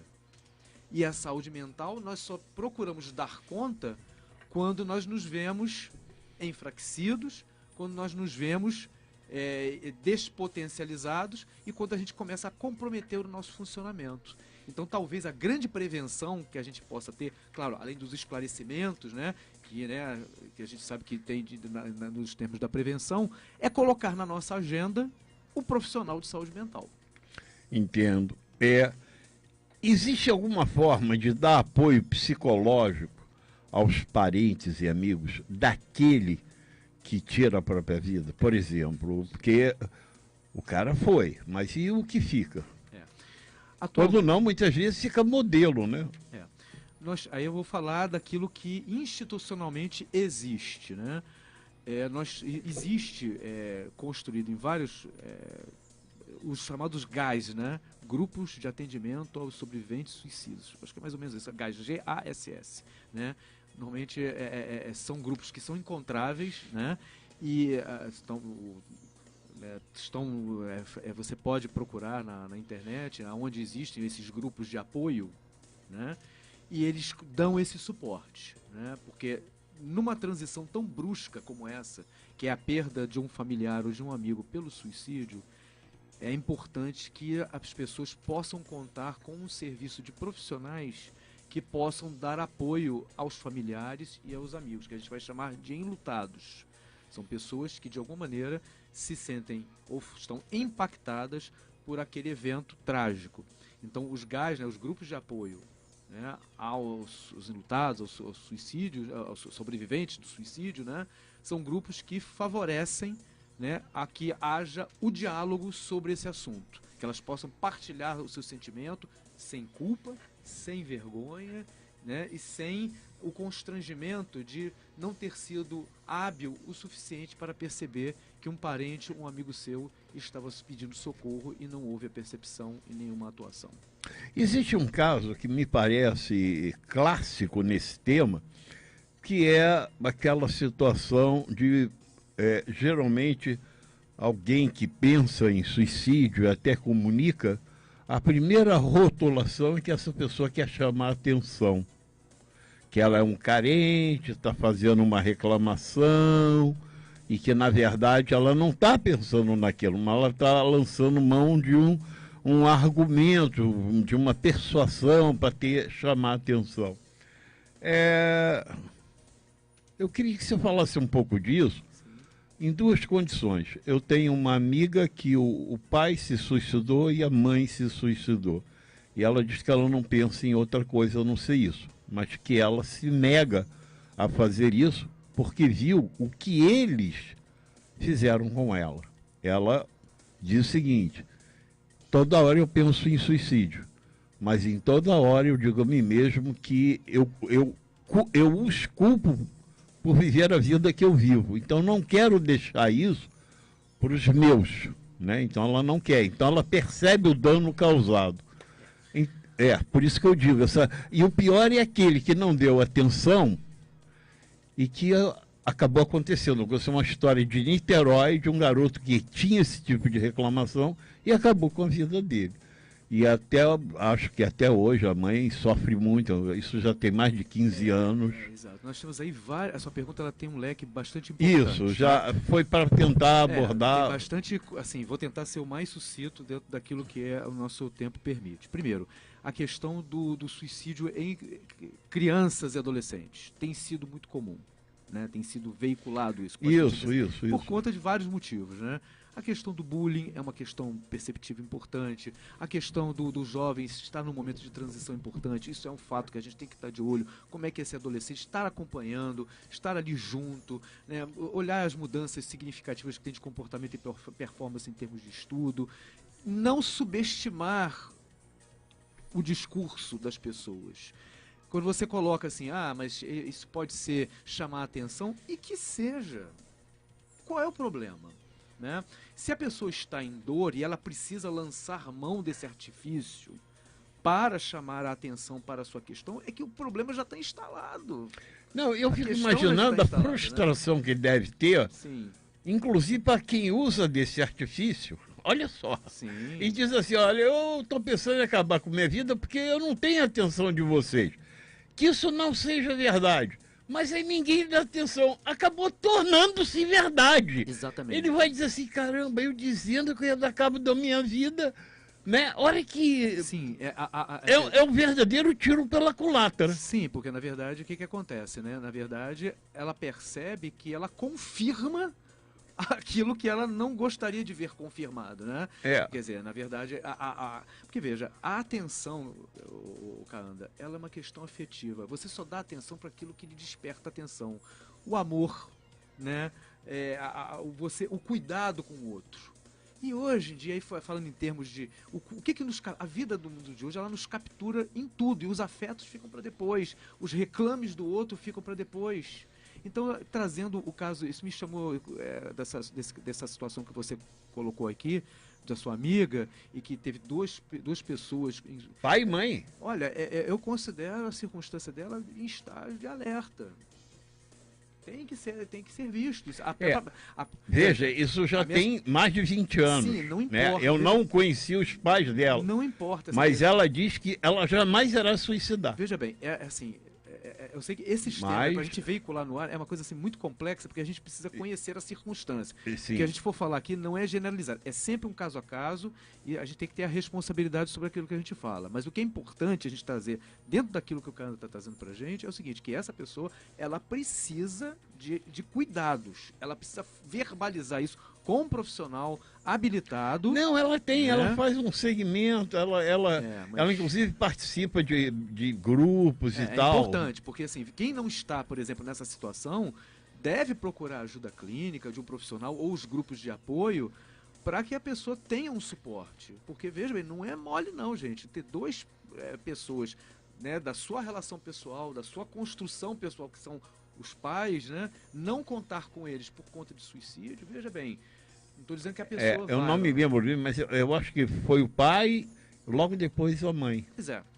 Então, assim, nós temos uma questão complexa aí. Eu não vou verbalizar as consequências disso, mas eu entendo que o sinal de alerta está ligado e procure ajuda. Agora, e naquele caso que alguém atenta, melhor dizendo, contra a própria vida, não logra êxito, e aí fica aquilo, será que eu tento novamente? Isso acontece, a pessoa...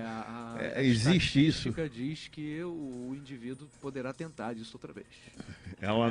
Bom, fiz uma vez, não vou fazer mais, Por isso que os aspectos preventivos no lar, principalmente, por exemplo, é você afastar desse indivíduo os meios letais, né? A dinâmica familiar, né, o seu ambiente imediato, ele vai ficar afetado e impactado. Então, um cuidado maior deve ser, né, observado para diminuir a possibilidade de acesso a esses meios letais. Porque o homem, por exemplo, existe até um estudo sobre isso, né? A forma que o homem normalmente escolhe para tentar o ato, né, o ato suicida, é diferente da mulher. Existem elementos, né, existem cenários. Qual é o do homem e qual o da mulher? Pela pesquisa diz o seguinte, né, o homem tem mais acesso aos meios letais mais explosivos, né, armas de fogo, enforcamento, né?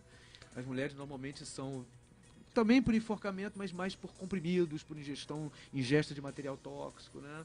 É mais ou menos nessa linha, né? Entendo. A relação, todo mundo que vai suicidar passa por depressão ou não? Acho que às vezes essa coisa da vergonha deve também trazer uma depressão. Há uma patologia prévia antes desse comportamento? Sim, a gente costuma dizer o seguinte, né, que a conduta suicida, o pensamento suicida, o comportamento e a mesma o ato em si, ele é sempre multifatorial, sabe, Canda? É claro que as pesquisas apontam que aquelas pessoas que vieram a óbito ou tentaram o suicídio, de alguma maneira tinham alguma circunstância relacionada à saúde mental. Mas seria muito arriscado, inclusive a ciência não coloca dessa forma, os estudos, né? Não dizem assim, depressão causa suicídio, porque nem todas as pessoas que têm transtorno depressivo se suicidam, mas podemos contabilizar o lado da ponta, ou seja, podemos dizer que em boa parte, né, pessoas que tentam o suicídio, que têm ideação suicida, de alguma forma estão ligados a algum tipo de comprometimento de saúde mental. Todo mundo conhece, nós já tivemos aqui, aliás, inauguramos o nosso programa aqui na rádio, né? Com a presença da Patrícia Fanteso, que está agora em Rishikesh, lá na Índia, né? Fazendo uma peregrinação. Ela é do CVV e nós trouxemos ela no nosso programa de inauguração no dia 10 de setembro. E ela já falou para o nosso público. Mas eu quero perguntar a você qual a importância da CVV, do Centro de Valorização da Vida, que hoje tem um número nacional que é o 188, né? Perfeito, né? O CVV, né, é uma instituição que está aqui presente no na nossa cultura, está aí disponível, é uma instituição pioneira, né, na escuta de todos aqueles que que estão sentindo aquela necessidade de compartilhar a sua dor, né, naquele momento. Então, o CVV é um instrumento, é uma instituição que coloca à disposição daqueles que buscam uma série de ferramentas importantes. Não é só o telefone, não, a gente tem outras, né? Tem o Zap, né? Tem o e-mail, tem o Skype, né? O CVV hoje ele tem uma instrumentalização moderna, né? E ele está pronto para acolher a escuta e a dor do outro. E é um pessoal treinado, né? Não é um pessoal que vai lá apenas pela vontade. Não, há um treinamento. Há um treinamento, né? Existem pessoas focadas nesse objetivo, são pessoas que têm essa intenção, esse propósito, né? Então o CVV é o grande instrumento aí que nós temos aí quando a gente trabalha a questão da prevenção. Então é uma instituição brasileira, né, que tem aí anos aí de trajetória e que através do 188, né, possibilita aos sujeitos que têm ideação suicida, que estão com algum tipo de questão e que querem compartilhar a sua dor, o CVV é a instituição adequada para a gente estar formando. Wagner, você se tornou um especialista nessa temática, mas você atende todo tipo de caso, não é isso? É verdade. E eu queria dizer isso para que as pessoas não pensem que você só cuida de enlutados, né? Porque os suicidas se vão, né? Quem fica são os enlutados ou até aqueles que pensam nisso, né? E que querem resgatar uma melhor performance de vida. Como as pessoas te localizam? Então, cara, muito obrigado aí pela oportunidade, né? Eu sou um psicólogo clínico, né? Então eu atuo na dor das pessoas, né? Eu sou um psicólogo que trabalha com duas vertentes, trabalho tanto com o indivíduo, como também faço terapia de casal também igualmente. Então, eu sou um psicólogo clínico e que está aqui para acolher a dor dos sujeitos. Então, todas aquelas pessoas que quiserem entrar em contato comigo, o meu telefone é 21, né, código aqui do Rio de Janeiro, 98025 8902. 21 98025 8902, que também é Zap também. Então qualquer pessoa que queira conversar alguma coisa, que queira marcar uma entrevista, pode acessar. O final é 902. 8025 8902. Isso. Isso, 02. Tá. Então vamos repetir: 98025 8902. Estou repetindo como você. Isso, não vou fazer de 3 em 3. Tá. Eu quero agradecer a vocês, dizer que aquele convite que eu lhe fiz se justifica. Lembra que eu lhe fiz um convite? Lembra ou não? Não. Não está lembrando? Então vou fazer a você um convite, porque eu acho que é muito importante essa mensagem que você dá. Eu tenho para mim que você falaria sobre dor, prazer, emoções, porque é isso que um psicólogo faz.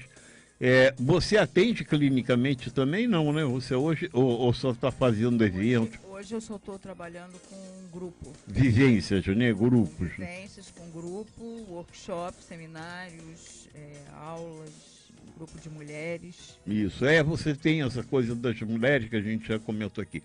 Bom, eu quero agradecer a vocês, nós estamos aí em cima do laço, não é isso, Cartão? Então, quero agradecer a vocês muito. Então, a todos os nossos amigos, nossos participantes, queremos agradecer. E eu estou sendo puxado as orelhas aqui pelo Fonte de Renovação. Nós estaremos voltando com Fonte nos próximos programas, que o Wellington reclamou aqui, não é, Wellington? Cadê o Fonte? Cadê o Fonte? Ninguém mais faz o Fonte de Renovação. No próximo programa nós estaremos fazendo Fonte. Dizendo que hoje é o dia dos direitos do homem, né? Direitos humanos, né? Melhor dizendo. E fica aqui então o nosso convite para você ler um pouquinho do Tiago de Mello, os Estatutos do Homem, né? Que esse é o título, mas o homem que ele fala aí é do ser homem, né? Do ser humano. Bom, nós vamos ficando por aqui. Um abraço grande a todos. Tá bom, Gatão? Queríamos agradecer ao Gatão, a Rádio Pop Rio, a todos. Vamos ficando nesse momento e que vocês tenham uma boa noite. Um abraço para todos. Até o nosso programa. Dia 17, aqui teremos a presença do Leonardo Menezes, falando sobre gestão, e da Luciana Tamburini, aquela fiscal da Lei Seca, que quis prender um juiz, né? Quis multar um juiz, ele deu uma carteirada e ela disse para ele: o juiz não é Deus. E ela foi presa, teve que pagar R$5.000. Né? E agora aconteceu um novo episódio e por isso nós estamos chamando novamente aqui para falarmos de ética, tá bom? Até o próximo programa, boa semana, grandes realizações. É com você, Catão.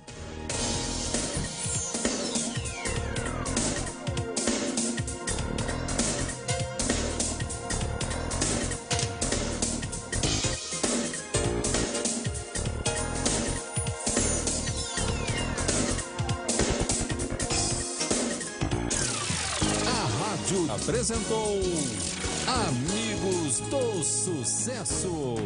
Agora você fica por dentro do que